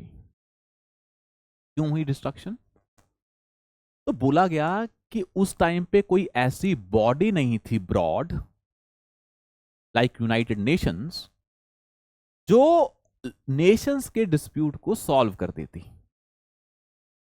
भाई हमने आपको अभी बताया कि दुनिया में इस बड़े बड़े गोले में बहुत सारे छोटे छोटे गोले हैं. अब छोटे छोटे गोलों में जब आप रहोगे तो लड़ाइयां तो होनी है. जब बर्तन है तो खटकेंगे तो पक्का ही. अब दो तरीके हैं, कि आप उसको खटकने दें या कोई ऐसी बॉडी बनाएं कि आप उनके बीच में डिस्प्यूट को सॉल्व करते हैं। तो रियलिज्म बोलता है कि जो ये दुनिया है इसमें ये छोटे छोटे गोले हैं, बड़े गोले हैं, इनको अपने आप को बचाना है और ये अपने आप को खुद ही बचाएंगे, खुद ही बचाएंगे। तो यहां पे कौन सा एलिमेंट है? अपनी हेल्प खुद ही करेंगे, सेल्फ हेल्प। अपनी हेल्प खुद ही करेंगे, that is called as self help. क्या होता है इसका मतलब सेल्फ हेल्प का, ये समझें। There is a one scholar, ये पूछ लेंगे आपको पॉलिटी में, by the name Thomas Hobbes. There was one scholar by the name Thomas Hobbes. अब इनका मानना क्या था? इनका मानना था कि स्टेट लोगों ने बनाई। आपको बताया था ना, state was a contract made by the people, that is called as social contract. That एक स्टेट बनी, वो लोगों ने बनाई, उन्होंने कंट्रैक्ट साइन किया, क्योंकि कंट्रैक्ट सोसाइटी ने साइन किया तो called as social contract. Hobbes का मानना था जब ये कंट्रैक्ट साइन नहीं हुआ, स्टेट नहीं बनी, तो लोग रह रहे थे naturally in a state of nature. जब स्टेट नहीं बनी होगी तो कैसे रह रहे होंगे? स्टेट ऑफ नेचर में। ठीक है, उन्होंने बोला स्टेट ऑफ नेचर में बहुत सारे लोग रह रहे थे। तो मुझे एक चीज बताओ, अगर कोई लोग स्टेट बना रहे हैं, पहले वो स्टेट ऑफ नेचर में थे, it means state of nature में कोई इशू तो पक्का होगा। क्योंकि अगर स्टेट ऑफ नेचर में कोई इशू ना होता, then why they created a state. तो पहला क्वेश्चन दिमाग में आता है कि स्टेट एक कंट्रैक्ट है, अगर ये साइन किया है और पहले वो स्टेट ऑफ नेचर में रह रहे थे, it must be, there must be some improvement. अगर आप कुछ करते हैं तो पहले उसमें इशू रहा होगा, तभी आपने किया होगा। तो हॉब्स ने बताया कि स्टेट ऑफ नेचर में बहुत बड़ा इशू था। वो क्या था? वो कह रहे हैं जो इंसान है, इंसान is very selfish in nature. इंसान is, human is selfish. Selfish मतलब किसका हंगरी है? वो पावर हंगरी है। तो जो ये लोग रह रहे थे, ये इतने सेल्फिश थे, इतने पावर हंगरी थे कि यहां पे क्या थी? अनार्की आ गई थी। क्या आ गई थी? एनार्की। इमेजिन करें ऐसी सिचुएशन जिसमें लोग सेल्फिश हों, पावर हंगरी हों, तो वो ट्राई करेंगे कि मैं पावर बढ़ाऊं, पावर बढ़ाऊं। और पावर कैसे बढ़ेगी? जब किसी की पावर कम होगी, आपकी पावर बढ़ेगी, क्योंकि power is always relative in nature. और उस कंसेप्ट को बोल देते हैं जीरो सम गेम। तो उसने बोला पावर जीरो सम गेम है। सोसाइटी में पावर तो है 100 यूनिट्स की, 100 यूनिट्स की पावर है सोसाइटी में, और अगर किसी को अपनी पावर बढ़ानी है तो किसी से पावर लेनी पड़ेगी, क्योंकि पावर क्या है? फिक्स है। तो पावर आपको किसी से लेनी पड़ेगी। तो क्या चल रहा है?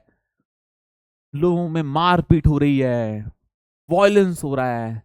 तो क्या है? स्टेट ऑफ अनार्की है। तो उन्होंने स्टेट बनाई कि भाई हम तो हैं सेल्फिश, ऐसे तो हम क्या बन जाएंगे? हमारी लाइफ क्या है? सेफ ही नहीं है। तो हम स्टेट बनाते हैं जिसमें हम किसको पावर देंगे? स्टेट को पावर देंगे, ताकि जो हम सेल्फिश लोग हैं उनको चेक में कौन रखेगी? स्टेट रखेगी। तो स्टेट को पावर दे दी हमने, हॉब्स ने बोला। तो हमने स्टेट क्यों बनाई थी? क्योंकि स्टेट ऑफ नेचर में लोग मर रहे थे, क्योंकि लोग बाय नेचर ही क्या है? Power hungry. जब कोई ऊपर पे उन पे अथॉरिटी है ही नहीं है, तो वो आपस में तो एक दूसरे को मार के अपनी पावर बढ़ा रहे हैं। तभी स्टेट आई कि ऐसे लोगों को चेक में कौन रखेगा? स्टेट। ताकि उनके जो ये इंस्टिंक्ट्स हैं, एनिमल इंस्टिंक्ट्स, उसको चेक में रखेगी स्टेट। तो उन्होंने बोला इसलिए स्टेट बनी। और इंटरनेशनल रिलेशन में भी सेम ही है। वो कह रहे हैं कि जो हमारे ये गोले हैं, ये इंसानों की तरह हैं, हर nation is power hungry, every nation wants to increase its power. USA को है मेरी पावर बढ़े, मैं सुपर पावर बन जाऊं, इंडिया को है मैं सुपर पावर बन जाऊं, चाइना को है मैं सुपर पावर बन जाऊं, क्योंकि उनको है कि जब हमारे पास पावर होगी तो हम क्या रहेंगे, सेफ रहेंगे। क्योंकि nations like humans are very selfish, उनको पता है कि हमें खुद की हेल्प खुद करनी पड़ेगी, क्योंकि यहां पे कोई भी क्या है, एक्सटर्नल ऐसी अथॉरिटी नहीं है जो हमें बचा पाएगी। तो रियलिज्म बोलता है क्योंकि यहां पे कोई स्टेट नहीं है, स्टेट इन द सेंस कोई ऐसी वर्ल्ड गवर्नमेंट नहीं है, तो अगर हम मुझे नेशन को अपने आप को बचाना है तो खुद बताना पड़ेगा, that is called as self help. और वो कैसे करूंगा अपनी हेल्प में, अगर मेरे पास पावर होगी तो मैं अपने आप को बचा पाऊंगा, तो मैं अपनी पावर बढ़ाता रहूंगा ताकि मुझे कोई भी अटैक ना करे। तो ऐसे अगर दुनिया चलती है उसे बोल देते हैं दुनिया कैसे चल रही है, रियलिज्म से चल रही है। और वर्ल्ड वॉर 1 में और वर्ल्ड वॉर 2 में, वर्ल्ड वॉर 1 और 2 में यही हुआ, कोई भी वर्ल्ड गवर्नमेंट नहीं थी, नेशंस पावर को बढ़ा रहे थे। Hitler in world war 2 was increasing the power of Germany, और इसलिए बाकी नेशंस को लड़ाई करनी पड़ी, कहीं हिटलर पावर बढ़ा के हमें ना खत्म कर दे। तो यहां पे डर है, यहां पे क्या है, डर है अपनी सिक्योरिटी को लेके। तो that is called as security dilemma है नेशंस को। और वो कैसे दूर होगा डायलेमा, अगर आपको पता है कि भाई मेरे पास कोई पुलिस ही नहीं है वर्ल्ड लेवल पे, मेरे पास कोई पुलिस है ही नहीं है वर्ल्ड लेवल पे। आज अगर हम इंडिया में बात करें, आपको पता है कि अगर कोई पावरफुल मेरे पे अटैक करेगा तो I have a judiciary, I have a police to complaint. पर अगर दुनिया के लेवल पे इंडिया पे कोई अटैक करेगा तो इंडिया कैसे बचाएगा अपने आप को, किसी को फोन करेगा वो यूएस को, कोई गारंटी नहीं है यूएस हेल्प करेगा, उसका मन हुआ कर देगा, नहीं हुआ नहीं करेगा। तो हमें अपनी हेल्प खुद करनी पड़ेगी, that is called as self help. और वो कैसे होती है हेल्प, पावर से। तो हर नेशन अपनी पावर बढ़ाना चाह रहा है, तो जब पावर बढ़ाते हैं तो डर लगता है, तो क्या होती है, लड़ाई होती है। फॉर एग्जाम्पल अगर कल को पाकिस्तान न्यूक्लियर वेपन बनाना स्टार्ट कर दे और ज्यादा, तो किसको डर लगेगा, इंडिया को डर लगेगा। इंडिया अपने आप पावर बढ़ानी स्टार्ट कर देगा, इंडिया और न्यूक्लियर वेपन बढ़ाएगा। तो ऐसी स्टेट में डर बना रहता है, डर का माहौल बना रहता है, वो बोलते हैं रियलिज्म स्कूल। पर एक स्कूल है लिबरलिज्म स्कूल, वो बोलता है कि भाई नेशंस के बीच में जो डर है ये वैसे ही डर है। अगर हम एक ऐसी बॉडी बना दें यूएन जो क्या करे, वर्ल्ड पुलिस का काम करे, तो नेशंस को डर नहीं लगेगा, क्योंकि वो अगर उनको कोई भी प्रॉब्लम आएगी वो यूएन को कॉल करेंगे, यूएन की अपनी पुलिस है, world police, UN security council, वो हेल्प करेगी नेशन का। तो कोई भी नेशन किसी भी टाइम यूएन को कॉल करके हेल्प मांग सकता है, इसे बोलते हैं लिबरलिज्म स्कूल। तो इंडिया ने यूएन को साइन कर लिया कि हम भी यूएन का पार्ट हैं, कल को अगर हमारे पे भी कोई अटैक करेगा तो UN will come to help us. और कब आप कॉल करते हैं, कब कॉल करते हैं पुलिस को, जब कोई भी इंसान गलत कर रहा होगा, मतलब लॉ को वायलेट कर रहा होगा। तो अब यूएन को कॉल कब करेगा इंडिया, जब कौन सा लॉ वायलेट हो रहा होगा, इंटरनेशनल लॉ। ये कहानी है यूएन की। आई होप आपको ये समझ में आ गया होगा, बड़ा इंपॉर्टेंट है।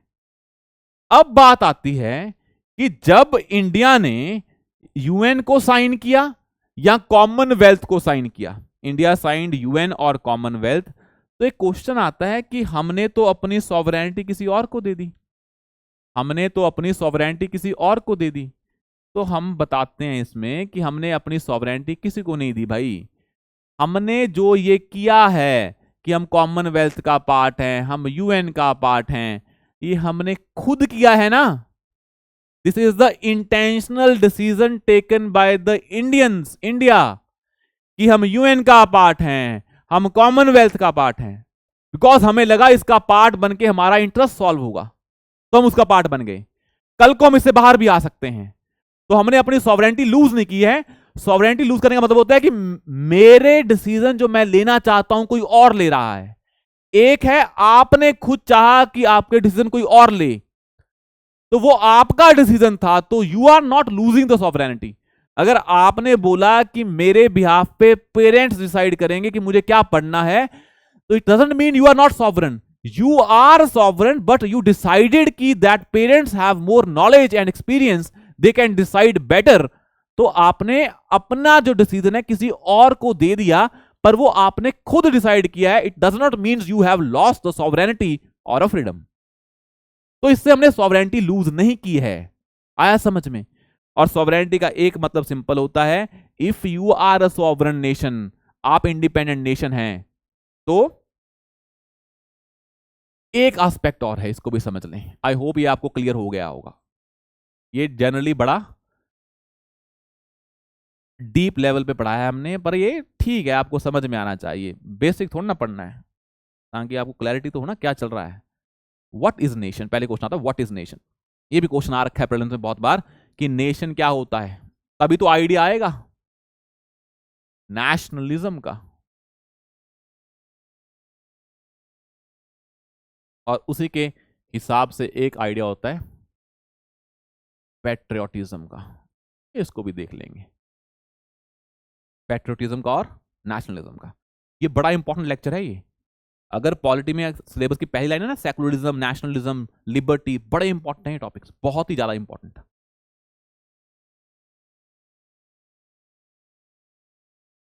अब समझें इसको अच्छे से।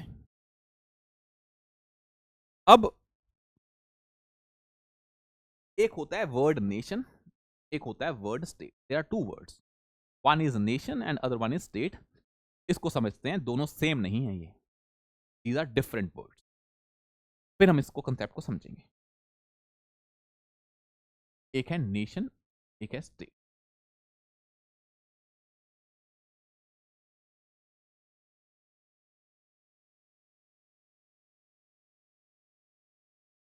अब ना, nation is a feeling, nation is a feeling,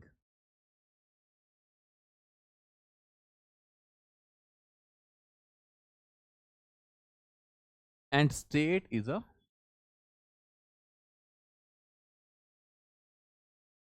political term. Nation feeling है, स्टेट एक पॉलिटिकल टर्म है। फीलिंग मतलब, जैसे हमने बोला आपको, आप और आपका relation with the parents is a feeling. You link with your parents on the basis of emotion. आपको अंदर से अटैचमेंट की फीलिंग आती है।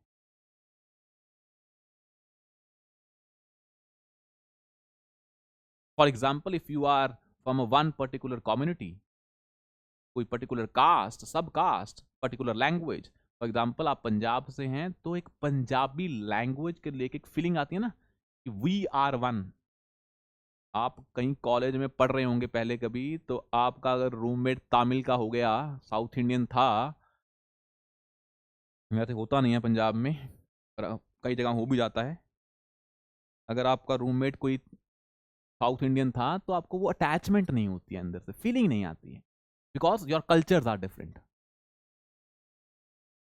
अब नेशन एक फीलिंग है, स्टेट एक पॉलिटिकल टर्म है या पॉलिटिकल एंटिटी है। जब हम स्टेट को डिफाइन करते हैं तो हम क्या बोलते हैं, एक स्टेट स्टेट है अगर उसकी कोई टेरिटरी हो। जैसे इंडिया है, India is a state. State in the sense हमारी एक टेरिटरी है, कि ये इंडिया की टेरिटरी है, उसमें कुछ लोग रहते हैं, यही होता है ना। स्टेट का मतलब क्या है, एक टेरिटरी है, उसमें कुछ लोग रहते हैं, उन लोगों को चलाने के लिए हमारे पास क्या है, गवर्नमेंट है, और ये स्टेट अपने आप में क्या है, सॉवरन है। यही होते हैं। तो कोई स्टेट स्टेट कब होती है, जब उसकी एक टेरिटरी हो, उसमें कुछ लोग रह रहे हों, उनको चलाने के लिए कोई गवर्नमेंट हो, और जो ये टेरिटरी है और लोग हैं और गवर्नमेंट हैं, ये इंडिपेंडेंटली काम कर पाए। That is called as state. तो state has only 4 elements, territory, people, government and sovereignty. ये होगी state. India is a state because India की अपनी टेरिटरी है, उसमें कुछ लोग रह रहे हैं, उनको चलाने के लिए गवर्नमेंट है, और इंडिया अपने आप में सॉवरन है। काम खत्म, वो होगी स्टेट। अब एक होता है वर्ड नेशन। हम बोलते हैं इंडिया एज अ नेशन या इंडिया एज अ स्टेट। तो हम स्टेट तो हैं, तो क्या इंडिया एक नेशन है कि नहीं है, इस पे क्वेश्चंस उठते रहते हैं। नेशन का मतलब क्या, फीलिंग, फीलिंग ऑफ वननेस। कि क्या जो सारे इंडियंस हैं वो अपने आप को लिंक कर पाते हैं एक दूसरे से? अगर हां तो इंडिया नेशन है। क्या नॉर्थ इंडियन साउथ इंडियन अपने आप को एक समझ पाते हैं? क्या हम नॉर्थ ईस्टर्न को लिंक कर पाते हैं कि हमारे भाई बंधु हैं वो? क्या ट्राइबल्स के साथ हम कनेक्शन बना बैठे हैं? अगर ऐसा है तो हम नेशन हैं। तो नेशन इज अ फीलिंग। उसमें आपको ना टेरिटरी चाहिए, ना आपको स्टेट चाहिए, ना आपको गवर्नमेंट चाहिए। अगर आप खुद के लेवल पे ये सोच पा रहे हैं कि you are link with each other, that is called as nation. For example, एक रीजन है, जैसे आपने सुना होगा, एक इराक है, ईरान है, सीरिया है। ये वेस्ट एशिया में कंट्रीज हैं, मैंने यहां बना दिया है ईरान, इराक और सीरिया। अब ना एक लोग हैं जिनको बोल देते हैं Kurds. These Kurds are ethnic community. ये अपने इनकी ये कम्युनिटी है, एक एथनिक कम्युनिटी है ये। This is a ethnic community. अब ना ये हर जगह फैले हुए हैं, सीरिया में भी, ईरान में भी, इराक में भी। मतलब Syria is a state, Iran is a state, Iraq is a state. पर कुर्द जो हैं ये सीरिया में भी हैं, ईरान में भी हैं, इराक में भी हैं, और भी एरिया में आसपास हैं। बट ये सारे कुर्द अपने आप को एक समझ पाते हैं कि वी आर वन। तो वो कुर्द एक आइडिया देते हैं कुर्दिस्तान का।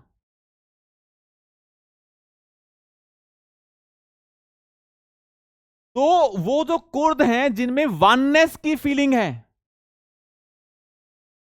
चाहे उनकी स्टेट नहीं है, तो they are like a nation. भाई अपने आप तो अंदर से जुड़ पाए हैं, चाहे वो क्या स्टेट नहीं है, तो वो क्या नेशन है। Kurdistan is a nation where people can link with each other. बस ये फीलिंग है, चाहे वो स्टेट नहीं है। अब मान लो India is a state, India is a state, बिल्कुल, बिकॉज हमारे पास ये सारे एलिमेंट्स हैं और इंडिया में फीलिंग ऑफ वननेस भी है। तो हम क्या हैं? Nation state. तो बोला जाता है India as a nation state. We are a political entity also and we have the feeling of oneness also. It means India is a nation state. पर नेशन का आइडिया अलग है, it is a feeling. Even you do not have a state, then also you can be a nation. तो आप nation हो सकते हैं बिना स्टेट के भी, आप स्टेट हो सकते हैं विदाउट नेशन भी, बट अगर आप दोनों हैं तो बन जाती है नेशन स्टेट। और इसीलिए हम कई बार इंडिया को नेशन बोल देते हैं, कई बार स्टेट बोल देते हैं, कई बार नेशन स्टेट बोल देते हैं, क्योंकि हमें मानते हैं कि इंडिया में लोग अपने आप को लिंक कर पाते हैं। तो अगर मैं वर्ड यूज कर रहा हूं सॉवरन नेशन, तो ये सॉवरन नेशन जो है, India as a sovereign nation, तो यहां से समझ में आता है कि हम नेशन क्यों बोल रहे हैं। मैं इसको आगे नेशन स्टेट भी बोल सकता हूं, मैं ये भी बोल सकता हूं इंडिया सॉवरन स्टेट भी बोल सकता हूं, कुछ मर्जी बोल लो। मैं इंडिया को अकेला सॉवरन नेशन भी बोल सकता हूं। तो इसमें कंफ्यूज नहीं होना है, आपको टर्म पता होना चाहिए। तो अगर नेशन एक फीलिंग है तो नेशनलिज्म इज अ फीलिंग। तो अगर कुर्द लोगों में एक दूसरे के प्रति क्या है? फीलिंग ऑफ ब्रदरहुड है, वननेस है, तो वी कैन कॉल कि उनमें नेशनलिज्म बहुत ज्यादा है। तो वही feeling of oneness is called as nationalism. मतलब यहां पे फीलिंग किसके साथ है? एक दूसरे के साथ है। तो nationalism is a feeling of oneness, जिसमें उस स्टेट के लोग या कुछ लोग अपने आप को एक दूसरे के साथ लिंक कर पाए, that is called as nationalism. और पेट्रियटिज्म का मतलब है when you have a love for your land. Bharat Mata से प्यार है, लोगों से नहीं। तो पेट्रियोटिज्म, तो patriotism is more about your love for the mother land, कि मैं इस देश के लिए कुर्बानी दे दूंगा, पेट्रियोटिज्म है। हाँ, आप एक दूसरे से लिंक कर पा रहे हैं, दैट इज नेशनलिज्म। तो फर्क है दोनों में, what is nationalism, what is patriotism. तो patriotism is more about love for the land, motherland fatherland जो भी हो, पर लव फॉर द लैंड। और here nationalism is connection between the people. मैं ऐसे बोल दूं सिंपल भाषा में, कनेक्शन बिटवीन द पीपल। वो क्या है भाई? तो आप देखेंगे इंडियंस पैट्रियोटिक तो बहुत हैं, नॉर्थ इंडियन भी देश के लिए कुर्बानी दे देंगे। There are many people in North India who are in armed forces, there are people in central India who are in armed forces. They are in armed forces because they love the land, उनको mother land से प्यार है। पर यह भी हो सकता है कि नॉर्थ इंडिया साउथ इंडिया से लिंक ना कर पाए, तो नेशनलिज्म की कमी हो सकती है। तो जहां पैट्रियोटिज्म है जरूरी नहीं है वहां पे नेशनलिज्म हो, और जहां पे नेशनलिज्म है वहां गारंटी नहीं है पैट्रियोटिज्म हो। These are two different concepts. Sometimes इसको हम मतलब सेम भाषा में यूज कर लेते हैं, पर ये सिनोनिम्स नहीं है, दे आर डिफरेंट। अब आता है, अगर मैं सॉवरन नेशन हूं, मतलब मैं अपने आप में आजाद हूं, तो क्या मैं बाहर से कोई लैंड टेरिटरी इंडिया में ले सकता हूं? बिल्कुल ले सकता हूं भाई, क्योंकि मैं सॉवरन हूं। कोई फॉरेन टेरिटरी मुझे लेनी है तो मैं ले लूंगा ना। अगर मुझे अपनी कोई टेरिटरी किसी को देनी है तो मैं दे भी दूंगा ना, क्योंकि मैं अपने आप में क्या हूं? सॉवरन हूं। अगर आप इंडिपेंडेंट हैं तो आप अपने पैसे किसी को दे सकते हैं ना, बिना पेरेंट्स से पूछे। तो इंडिया सॉवरन है तो अपनी टेरिटरी किसी को दे सकता है अगर चाहे तो, और किसी की टेरिटरी ले भी सकता है अगर चाहे तो। यही है sovereign nation. This is one aspect. किसी से कैसे लेगा? लड़के ले ले, प्यार से बोल के ले ले, दोनों भाषा हैं। सिक्किम हमने लिया, प्यार से लिया। अगर आप सॉवरन हैं तो अपना खुद डिसीजन ले सकते हैं टेरिटरी को लेके। This is called as sovereign. ये बहुत ही डिटेल में समझाया है, ये समझना बहुत ही जरूरी था। Next idea is called as socialist. This is very important. ये टर्म बड़े इंपॉर्टेंट है भाई, इसको समझ लें। कोई भी डाउट है you can mention in the comment section. ये बड़ा इंपॉर्टेंट है। व्हाट इज, हमने पढ़ लिया ना, India is a sovereign socialist secular democratic republic. These words are there. Preamble के पहले वर्ड्स क्या है? India is a sovereign socialist secular democratic republic. These two words I discussed in the previous class. Sovereignty I discussed, socialist अभी पढ़ेंगे, secular पढ़ लिया है। तो एक ही वर्ड बचा है, कौन सा? सोशलिस्ट, जो पहले 5 वर्ड है। तो let's study about socialism.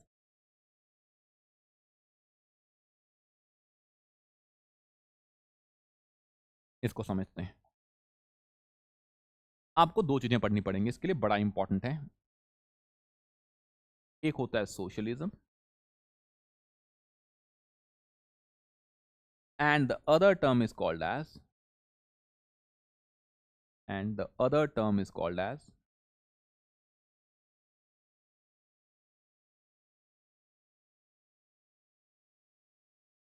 capitalism, and the one term is called as Marxism. I will teach you all 3 terms क्या होते हैं ये, then we will discuss about India में जो सोशलिज्म है इसका मतलब क्या है। First we have to understand ना क्या होता है सोशलिज्म, क्या होता है कैपिटलिज्म। उन्हें तो आपने बहुत होंगे, पर इनमें फंडामेंटल फर्क क्या है। तो let's discuss about these thing.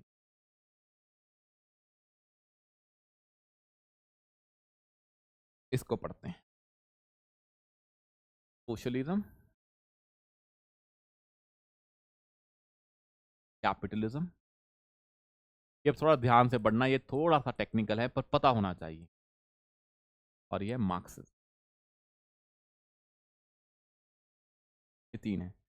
अब इसको ध्यान से समझना एक एक करके। हम आराम से टाइम लेंगे इस पर, 25 मिनट आधा घंटा लग जाए, पर इसको समझ के जाएंगे, चाहे हमें प्रियम्बल अगली क्लास में करना पड़ जाए। अगर हम प्लान तो हम कर देते हैं, जैसे हमने यहाँ किया था ना प्लान, कि आज हम प्रियम्बल करेंगे, फंडामेंटल राइट स्टार्ट करेंगे, फिर वो रह जाता है, फिर अगले में करते हैं। पर करेंगे सब कुछ, चाहे वक्त लग जाए, पर चीज़ें ऐसी हों कि अगली बार फिर कोई पूछे तो समझा पाएँ। पढ़ने का फ़ायदा वही है ना, if you have studied something and you can tell explain that to somebody else, that is called as you are learning new things, you are understanding things. आपने पढ़ा, किसी ने पूछा, आप बोल ही नहीं पाए, तो there is no point to do that type of study. Better is to understand things in comprehensive and a detailed manner. अब क्या होता है सोशलिज्म? सोशलिज्म का आइडिया है that man is a social animal. Man is a social animal.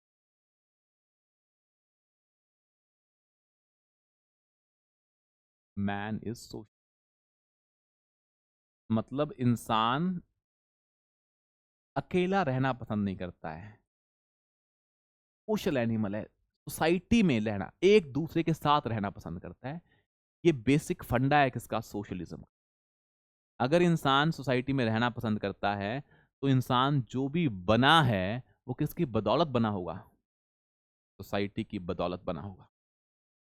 अगर भाई इंसान social animal है, मतलब इंसान अपनी सारी नीड्स को खुद पूरा नहीं कर सकता है, he has to depend upon the society. It means society का रोल है इंसान की लाइफ में, तो सोसाइटी का रोल है। तो जो इंसान बना है तो क्या वो बोल पाएगा कि मैं अपनी बदौलत बना हूं? तो क्या बोल पाएगा कि मैं अपनी बदौलत बना हूं? कि मैं अपनी बदौलत बना हूं, कोई बोल पाएगा वो?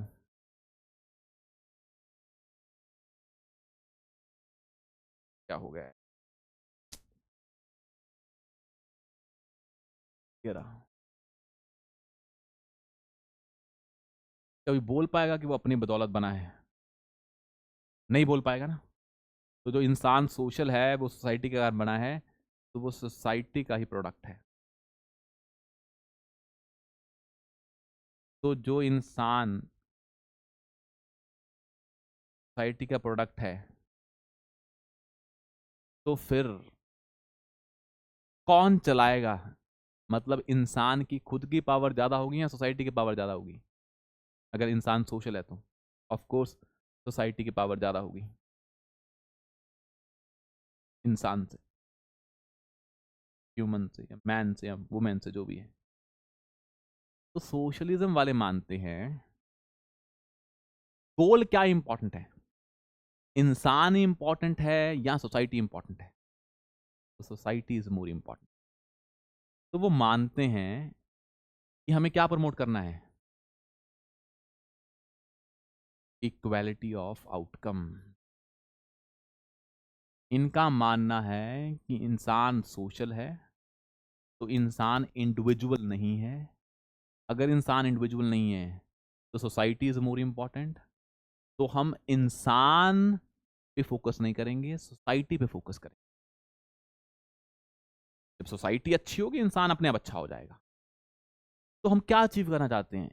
कि सब बराबर हों, इक्वालिटी ऑफ आउटकम। एक होती है इक्वालिटी ऑफ अपॉर्चुनिटी। यहां से आपको और समझ में आएगा। ये प्रिंसिपल कहां होता है? इन कैपिटलिज्म। वो बोलते हैं मैन इज इंडिविजुअल। इंसान अकेला रहना पसंद करता है, वो सोसाइटी में भी होगा तो भी वो अकेला ही करेगा सब कुछ, सोसाइटी पे डिपेंडेंट नहीं है। तो मैन इज इंडिविजुअलिस्टिक या इंडिविजुअलिज्म है इसमें प्रिंसिपल।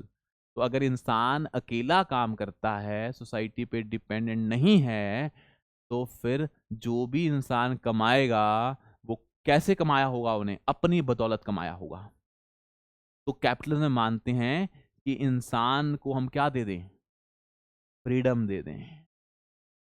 मतलब अगर इंसान खुद इंडिविजुअलिस्टिक है तो उसको फ्रीडम दे दें। फॉर एग्जांपल यूएस की सोसाइटी है, वहां मानते हैं in the principal of capitalism. वो बोलते हैं कि इंसान, सोसाइटी इंपॉर्टेंट नहीं है, इंसान इंपॉर्टेंट है। अमेरिका में लोग सोसाइटी के हिसाब से नहीं चलते हैं, लोग अपने हिसाब से चलते हैं। बट इन इंडियन सोसाइटी लोग सोसाइटी के हिसाब से चलते हैं, अपने हिसाब से नहीं चलते हैं। तो अमेरिका में लोग अगर अपने हिसाब से चल रहे हैं तो लोगों ने जो भी कमाया है वो किसकी बदौलत कमाया है? खुद की बदौलत कमाया है, तो उसके पास फ्रीडम है। तो अगर इंसान इंडिविजुअलिस्टिक है तो आप उसे फ्रीडम दो, जो वो करना चाहता है वो करे, और जो भी आउटकम होगी वो इंसान की अपनी होगी। It means if somebody has become rich तो वो अपनी बदौलत बना होगा, इफ समबडी इज पुअर वो अपनी बदौलत बना होगा। Because both individuals were free, they were individualistic. दोनों के टैलेंट में कमी रही होगी। जो टैलेंटेड होगा वो रिच बन गया होगा, और जो टैलेंटेड नहीं होगा वो पुअर बन गया होगा। और इनफैक्ट जिसने अपने टैलेंट को यूज नहीं किया होगा तो वो पुअर बन गया होगा, जिसने अपने टैलेंट को यूज किया होगा वो रिच बन गया होगा। बट यहां पे कौन रिस्पॉन्सिबल एक्शंस के लिए? Individual is responsible for his or her actions, because man is individualistic in nature. तो यहां पे हमने क्या दिया इंसान को? फ्रीडम दी है। क्या दी है? फ्रीडम दी है। और फ्रीडम तो दे दी, तो एक आइडिया आता है, एक प्रिंसिपल होता है फ्रीडम का, उसको आप क्या बोल सकते हो? लिबर्टी बोल सकते हो। तो यहां किस पे फोकस है? फ्रीडम और लिबर्टी ऑफ एन इंडिविजुअल। और एक प्रिंसिपल होता है इक्वालिटी का, कि लोग बराबर भी तो होने चाहिए, पर ये मानते हैं लोग आउटकम में बराबर नहीं होने चाहिए, वो तो रिच और पुअर होंगे ही होंगे, क्योंकि इंसान खुद रिस्पॉन्सिबल है। मैं तो जो इक्वालिटी दे पाऊंगा इस प्रिंसिपल में, वो क्या दे पाऊंगा? Equality of opportunity. अभी लिखा है ऊपर, ये है equality of opportunity. For example, आप एग्जाम दे रहे हैं ये पीसीएस नॉमिनेशन का, government said that these are certain qualifications, if you are eligible then you are equally open to submit the application. It means government has given you equality of opportunity, सभी को दे दी जो उस qualification को meet करते हैं। अब कोई select होगा कोई नहीं होगा, दैट मींस जो होगा वो आपके टैलेंट के बेसिस पे होगा। ये प्रिंसिपल ऑफ कैपिटलिज्म है। It means you are equal in the beginning, equality of opportunity, but you will not be equal in the outcome. Equality of opportunity means you are equal in the beginning of the game. Rest, the process depends upon your hard work at an individual level, will not give you equality of outcome. We will give you a freedom and equality of opportunity. These two principles are the core principle of capitalism. In fact, we can call it as liberalism also, because कहां क्या important है इसमें? Liberty of individual is important. तो capitalism में, liberalism में बोलने freedom और liberty is important, और इक्वालिटी कौन सी इंपॉर्टेंट होती है? Equality of opportunity. यहां तक समझ में आया? सोशलिज्म में जो हमने पढ़ा, दैट मींस बिकॉज इंसान इंडिविजुअल नहीं है, सोसाइटी इज इंपॉर्टेंट, तो हम इंसान पे फोकस भी नहीं करेंगे। किस पे फोकस करेंगे? सोसाइटी पे फोकस करेंगे। तो हम इक्वालिटी ऑफ अपॉर्चुनिटी अचीव नहीं करना चाहते हैं सोशलिज्म में। क्या अचीव करना चाहते हैं? कि जो भी आउटकम हो उसमें सब बराबर हों, that is equality of outcome. तो आपके दिमाग में आएगा, तो यहां फ्रीडम इंपॉर्टेंट नहीं है, यहां फ्रीडम की इंपॉर्टेंस नहीं है, यहां इंसान की इंपॉर्टेंस नहीं है, यहां सोसाइटी की ज्यादा इंपॉर्टेंस है। तुम क्या अचीव करना चाहते हैं? Equality of outcome. ये मानते हैं जब सब बराबर होंगे तो अपने आप ही फ्री हो जाएंगे। तो ये फ्रीडम मानते हैं किससे आएगी? इक्वालिटी ऑफ आउटकम से आएगी। ये स्टार्टिंग वाली फ्रीडम में विश्वास नहीं करते, they believe in the end. ये है फर्क किसमें? सोशलिज्म में और कैपिटलिज्म। आया समझ में? कैपिटलिज्म और लिबरलिज्म में मतलब है स्टार्टिंग में इक्वालिटी, स्टार्टिंग में फ्रीडम। कैपिटलिज्म का मतलब है स्टार्टिंग में इक्वालिटी। ये गेम है, ये स्टार्ट प्रोसेस है, स्टार्टिंग प्रोसेस है, और स्टार्ट, और ये क्या है? एंड। कैपिटलिज्म बिलीव हियर, यहां पे आप फ्रीडम दे दो, यहां पे क्या दो? Equality of opportunity. वो मानते हैं कि अगर यहां पे बराबर कर दिया हमने, फिर तो गेम किसकी है? टैलेंट की। या मैं क्या बोलूं, किसकी है फिर तो? इंडिविजुअल, बिकॉज इंसान क्या है? इंडिविजुअल। फिर हमें यहां पे कुछ नहीं करना, यहां पे जो भी होगा वो जस्ट होगा। क्या होगा जो यहां पे होगा? जस्ट होगा। हमें सोसाइटी क्या बनानी है, जस्ट बनानी है, कि सोसाइटी में जस्टिस होना चाहिए। जस्टिस का मतलब क्या होता है कि किसी को यह ना लगे हमारे साथ अन्याय हो रहा है। और हमने यहां क्या बनाया, हमने स्टार्टिंग में क्या कर दिया, फ्रीडम देके इक्वालिटी ऑफ अपॉर्चुनिटी दे दी। फिर मान लो कोई रिच भी है और कोई पुअर भी है, तो पुअर को पता होगा कि मैं जो पुअर हूं, बिकॉज मैंने अपने टैलेंट और इंडिविजुअल पे फोकस नहीं किया। स्टार्टिंग में हम दोनों बराबर थे, आपकी रेस स्टार्ट हुई, तीनों प्लेयर स्टार्टिंग में थे, इक्वालिटी ऑफ अपॉर्चुनिटी, बिगिनिंग में अपॉर्चुनिटी थी। कोई जीता, कोई पीछे रहा, कोई कुछ भी रहा, कोई गिर गया रास्ते में, you can not blame the system now because you yourself is responsible. ये है कैपिटलिज्म। सोशलिज्म बोलता है कि नहीं भाई, हमें यहां पे विश्वास नहीं करना, क्योंकि इंसान सोशल है तो हमें सोसाइटी पे विश्वास करना है। हम क्या अचीव करेंगे, यहां पे आएगी इक्वालिटी ऑफ आउटकम, और जो भी आउटकम आएगी इक्वालिटी की, सब बराबर होने चाहिए। जब बराबर होंगे क्या मिल जाएगी, फ्रीडम मिल जाएगी। उनका मानना था कि जब कैपिटलिज्म की बात कर रहे हो तो रिच और पुअर, क्या पुअर के पास सच में कोई फ्रीडम होती है? वो बोलते हैं कोई नहीं होती है। तो मानते हैं फ्रीडम एंड में होनी चाहिए, वो कह रहे हैं फ्रीडम पहले होनी चाहिए। This is the difference between capitalism and socialism. आया समझ में यहां तक? क्लियर है? अब हम आगे देखते हैं what is Marxism all about. ठीक है, अब ना मार्क्सिज्म को समझने के लिए एक चीज समझें। मार्क्सिज्म इज अ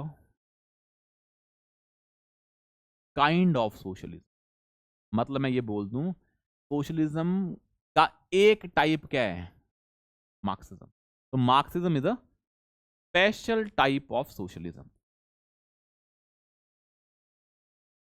फंडा इसका भी वही है। अगर Marxism is a special type of socialism, तो इसका फंडा क्या है, man is social, it will believe in equality of outcome.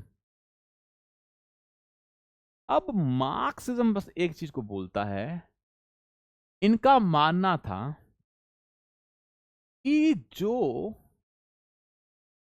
Economics है वही हर चीज की जड़ है। वो कह रहे हैं सोसाइटी में बहुत कुछ है, सोसाइटी में स्टेट भी है, सोसाइटी में मीडिया भी है, सोसाइटी में सिविल सोसाइटी भी है, सब कुछ है ना। और सोसाइटी में कैपिटलिस्ट लोग, इनका मानना था पूरी की पूरी जो भी संरचना है उसका बेस कौन है, कैपिटलिस्ट। यहां कौन है, इकोनॉमी है। जिसके कंट्रोल में इकोनॉमी, उसके कंट्रोल में बाकी सब चीजें।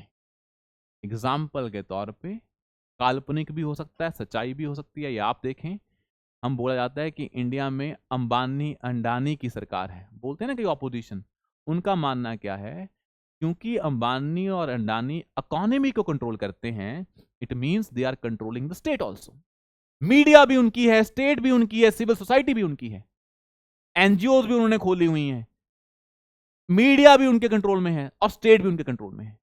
ये मानते हैं जो मार्क्सिस्ट होते हैं कि जो इकोनॉमी है इट इज अ फंडामेंटल और अ बेसिक स्ट्रक्चर।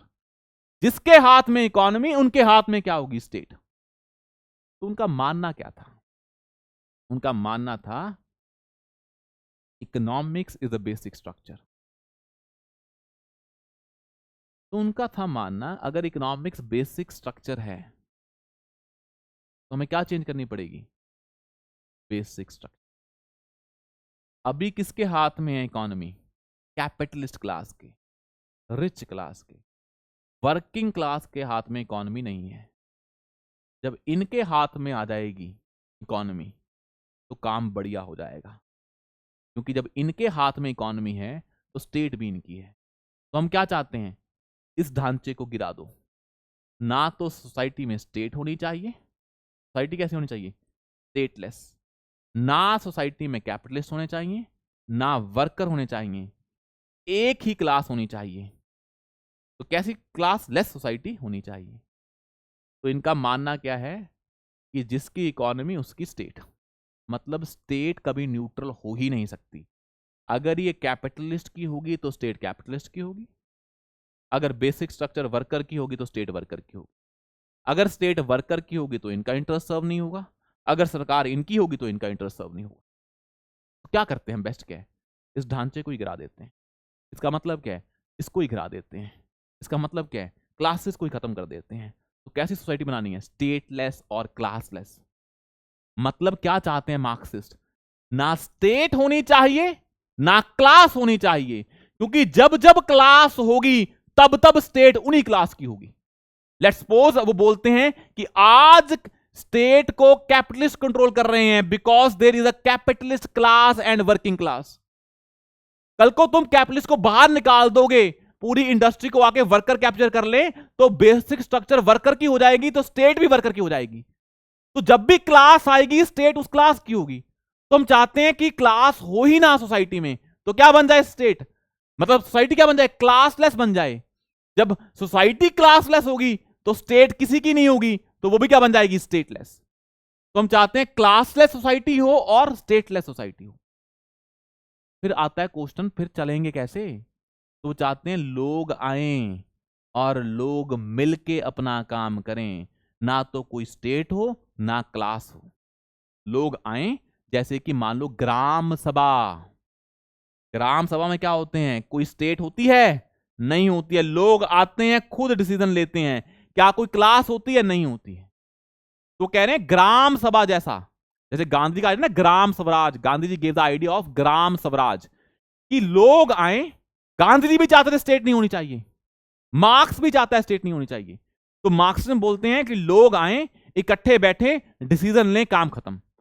और जो भी डिसीजन लें कैसा हो, इक्वालिटी ऑफ आउटकम अचीव करना चाहिए, काम खत्म। ये है मार्क्सिज्म। मार्क्सिज्म का गोल भी सोशलिज्म वाला है, क्या, इक्वालिटी ऑफ आउटकम। पर सोशलिस्ट मानते हैं स्टेट को लेके ये अचीव करेंगे। मार्क्स कहता है बिना स्टेट के लोग खुद भी ये अचीव कर पाएंगे, क्योंकि स्टेट उसी की होती है जिसकी क्या होती है, जिसकी क्लास डोमिनेट करती है। हम चाहते हैं लोग आए, बिना किसी क्लास के काम करें और अपना काम गवर्नेंस करें। ना तो स्टेट चाहिए, और अपने आप क्या हो जाएगी, क्लास खत्म हो जाएगी। तो क्या आ जाएगी, इक्वालिटी ऑफ आउटकम। और जब क्लास नहीं रहेगी तो एक्सप्लॉयटेशन नहीं होगा, तो क्या मिल जाएगी, फ्रीडम। तो सभी का गोल वही है, फ्रीडम और इक्वालिटी। पर कैसी फ्रीडम और कैसी इक्वालिटी। सोशलिस्ट का गोल क्या है, फ्रीडम इक्वालिटी। कैपिटलिस्ट का गोल क्या है, फ्रीडम इक्वालिटी। मार्क्स का गोल क्या है, फ्रीडम और इक्वालिटी। पर कैसी फ्रीडम, वो कैसे आएगी, that is the difference between these three schools. तो ये आपको समझ में आ गया होगा, नहीं आया तो पीछे जाके इसको 10 मिनट दोबारा देखें, समझ में आ जाएगा। फर्क क्या है, बस कब आएगी फ्रीडम, कौन सी इक्वालिटी, ये फंडा है। अब इंडिया इज अ सोशलिस्ट, इसको समझते हैं क्या है मतलब सोशलिस्ट का।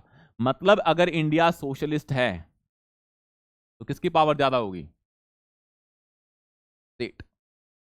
माई बाप की सरकार है हमारी, इतना काम करती है स्टेट। स्कूल भी स्टेट, हॉस्पिटल भी स्टेट, पुलिस भी स्टेट, आर्मी भी स्टेट, फ्री खाना भी स्टेट, पासपोर्ट भी स्टेट, सब कुछ स्टेट। स्टेट की अपनी एयरलाइन थी, अपना स्टेट का बीएसएनएल, सब कुछ किसका है, स्टेट का। तो यहां पे स्टेट क्या होती है, powerful, because socialist believe state will do equality of outcome. तभी तो स्टेट लेके आती है वेलफेयर स्कीम्स, वो होता है socialist. India is a socialist. But आपको पता है इंडिया में रिफॉर्म्स आए थे 1990 में, कहते हैं एलपीजी रिफॉर्म्स। एलपीजी रिफॉर्म्स, इससे पहले जो हमारी इकोनॉमी थी वो कौन डील कर रहा था, स्टेट। इसके बाद किसका रोल बढ़ गया, यहां था प्राइवेट का रोल बढ़ रहा है। यहां किसका रोल ज्यादा था, स्टेट का, इनफैक्ट बहुत ही ज्यादा था। आप कौन सा सामान बनाएंगे, कितना बनाएंगे, कितने का बेचेंगे, कौन डिसाइड कर रहा था, स्टेट। हर चीज में कौन डोमिनेट था, स्टेट। तो 1990 से पहले state was dominating player. 1990s के बाद private sector is more important player. और जहां पे भी सोशलिज्म आएगा, मतलब क्या है सोशलिज्म का, सोशलिज्म वहां आता है जहां गरीबी हो, पुअर लोग हों। और हम क्या अचीव करना चाहते हैं, इक्वालिटी ऑफ आउटकम। वो कैसे आएगी, गरीबों को अमीरों से लेके पैसा दें, यही होती है। और अमीरों से पैसा लेके गरीबों को कैसे देंगे, पहले अमीरों पे टैक्स लगाएंगे, फिर गरीबों को वो पैसा देंगे वेलफेयर स्कीम्स के हिसाब से। तो जो भी सोशलिस्ट स्टेट होती है वहां पे गवर्नमेंट की स्कीम्स बहुत ज़्यादा होती हैं और टैक्स रिच पे बहुत ज़्यादा होता है। जो स्कीम्स का पैसा आएगा वो कहाँ से आएगा? टैक्स से आएगा। ये होता है सोशलिज्म का प्रिंसिपल। और प्राइवेट सेक्टर के पास फ्रीडम क्या होती है? बहुत कम होती है, बिकॉज स्टेट को क्या अचीव करनी है? Equality of outcome. पर 1990s के बाद हमारा जो सोशलिज्म है उसका जो मतलब है वो क्या हो गया है? Democratic socialism. पहले हम सोशलिस्ट सोसाइटी थे, अब हम क्या हैं? डेमोक्रेटिक सोशलिज्म है। पहले सोशलिज्म था, मतलब पहले जो सोशलिज्म था वहां पे स्टेट का बड़ा डोमिनेंस था, प्राइवेट सेक्टर का इतना रोल नहीं था। अब हम क्या अचीव कर रहे हैं? हम चाहते हैं सोशलिज्म हो, इक्वालिटी ऑफ आउटकम हो और लोग बराबर होंगे तभी फ्रीडम होगी, पर हम चाहते हैं प्राइवेट सेक्टर का अपना रोल भी होना चाहिए। डेमोक्रेसी मतलब people are important too. If society is important, people are equally important. तो अब कौन सा आइडिया है डेमोक्रेटिक सोशलिज्म का? हमने आपको पहले बताया था socialism means state is important.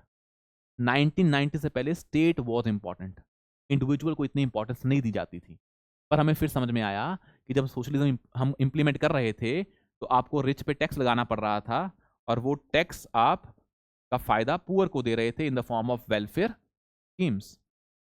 पर हमें समझ में आया जब आप ऐसा कर रहे थे तो रिच बन ही नहीं रहा था और टैक्स आप पे आ नहीं रहा था। ये वेलफेयर स्कीम्स इंप्लीमेंट अच्छे से नहीं हो पा रही थी। तो आपको समझ में आया कि अगर आपको टैक्स लेना है तो रिच को रिच भी होने देना पड़ेगा, तभी टैक्स भी ज़्यादा आएगा, तभी वेलफेयर स्कीम्स भी ज़्यादा होंगी, पुअर का फायदा भी ज़्यादा होगा। तो हम अगर रिच को अलाउ करेंगे तो क्या अलाउ करेंगे? फ्रीडम। और फ्रीडम ही क्या होती है? डेमोक्रेसी। तभी हम क्या लेके आए? डेमोक्रेटिक। और हमें वो तो करना ही करना है, तो क्या आ गया? सोशलिज्म। ये किसका एलिमेंट है? सोशलिज्म का, वेलफेयर स्कीम्स। और ये रिच किसका एलिमेंट है? डेमोक्रेसी का। पहले हम इसको इग्नोर कर रहे थे, सिर्फ ये इंप्लीमेंट कर रहे थे, तो रिच रिच बन ही रहा था, डेमोक्रेसी थे ही नहीं। Democracy in the sense democratic, people are important, private sector is important. तो अब कौन सा सोशलिज्म है? डेमोक्रेटिक सोशलिज्म है इंडिया में। पहले क्या था? सोशलिज्म था। मतलब अब हमारे में सोशलिज्म भी है और कैपिटलिज्म भी है। तो मतलब अगर ये कैपिटलिज्म है और ये क्या है?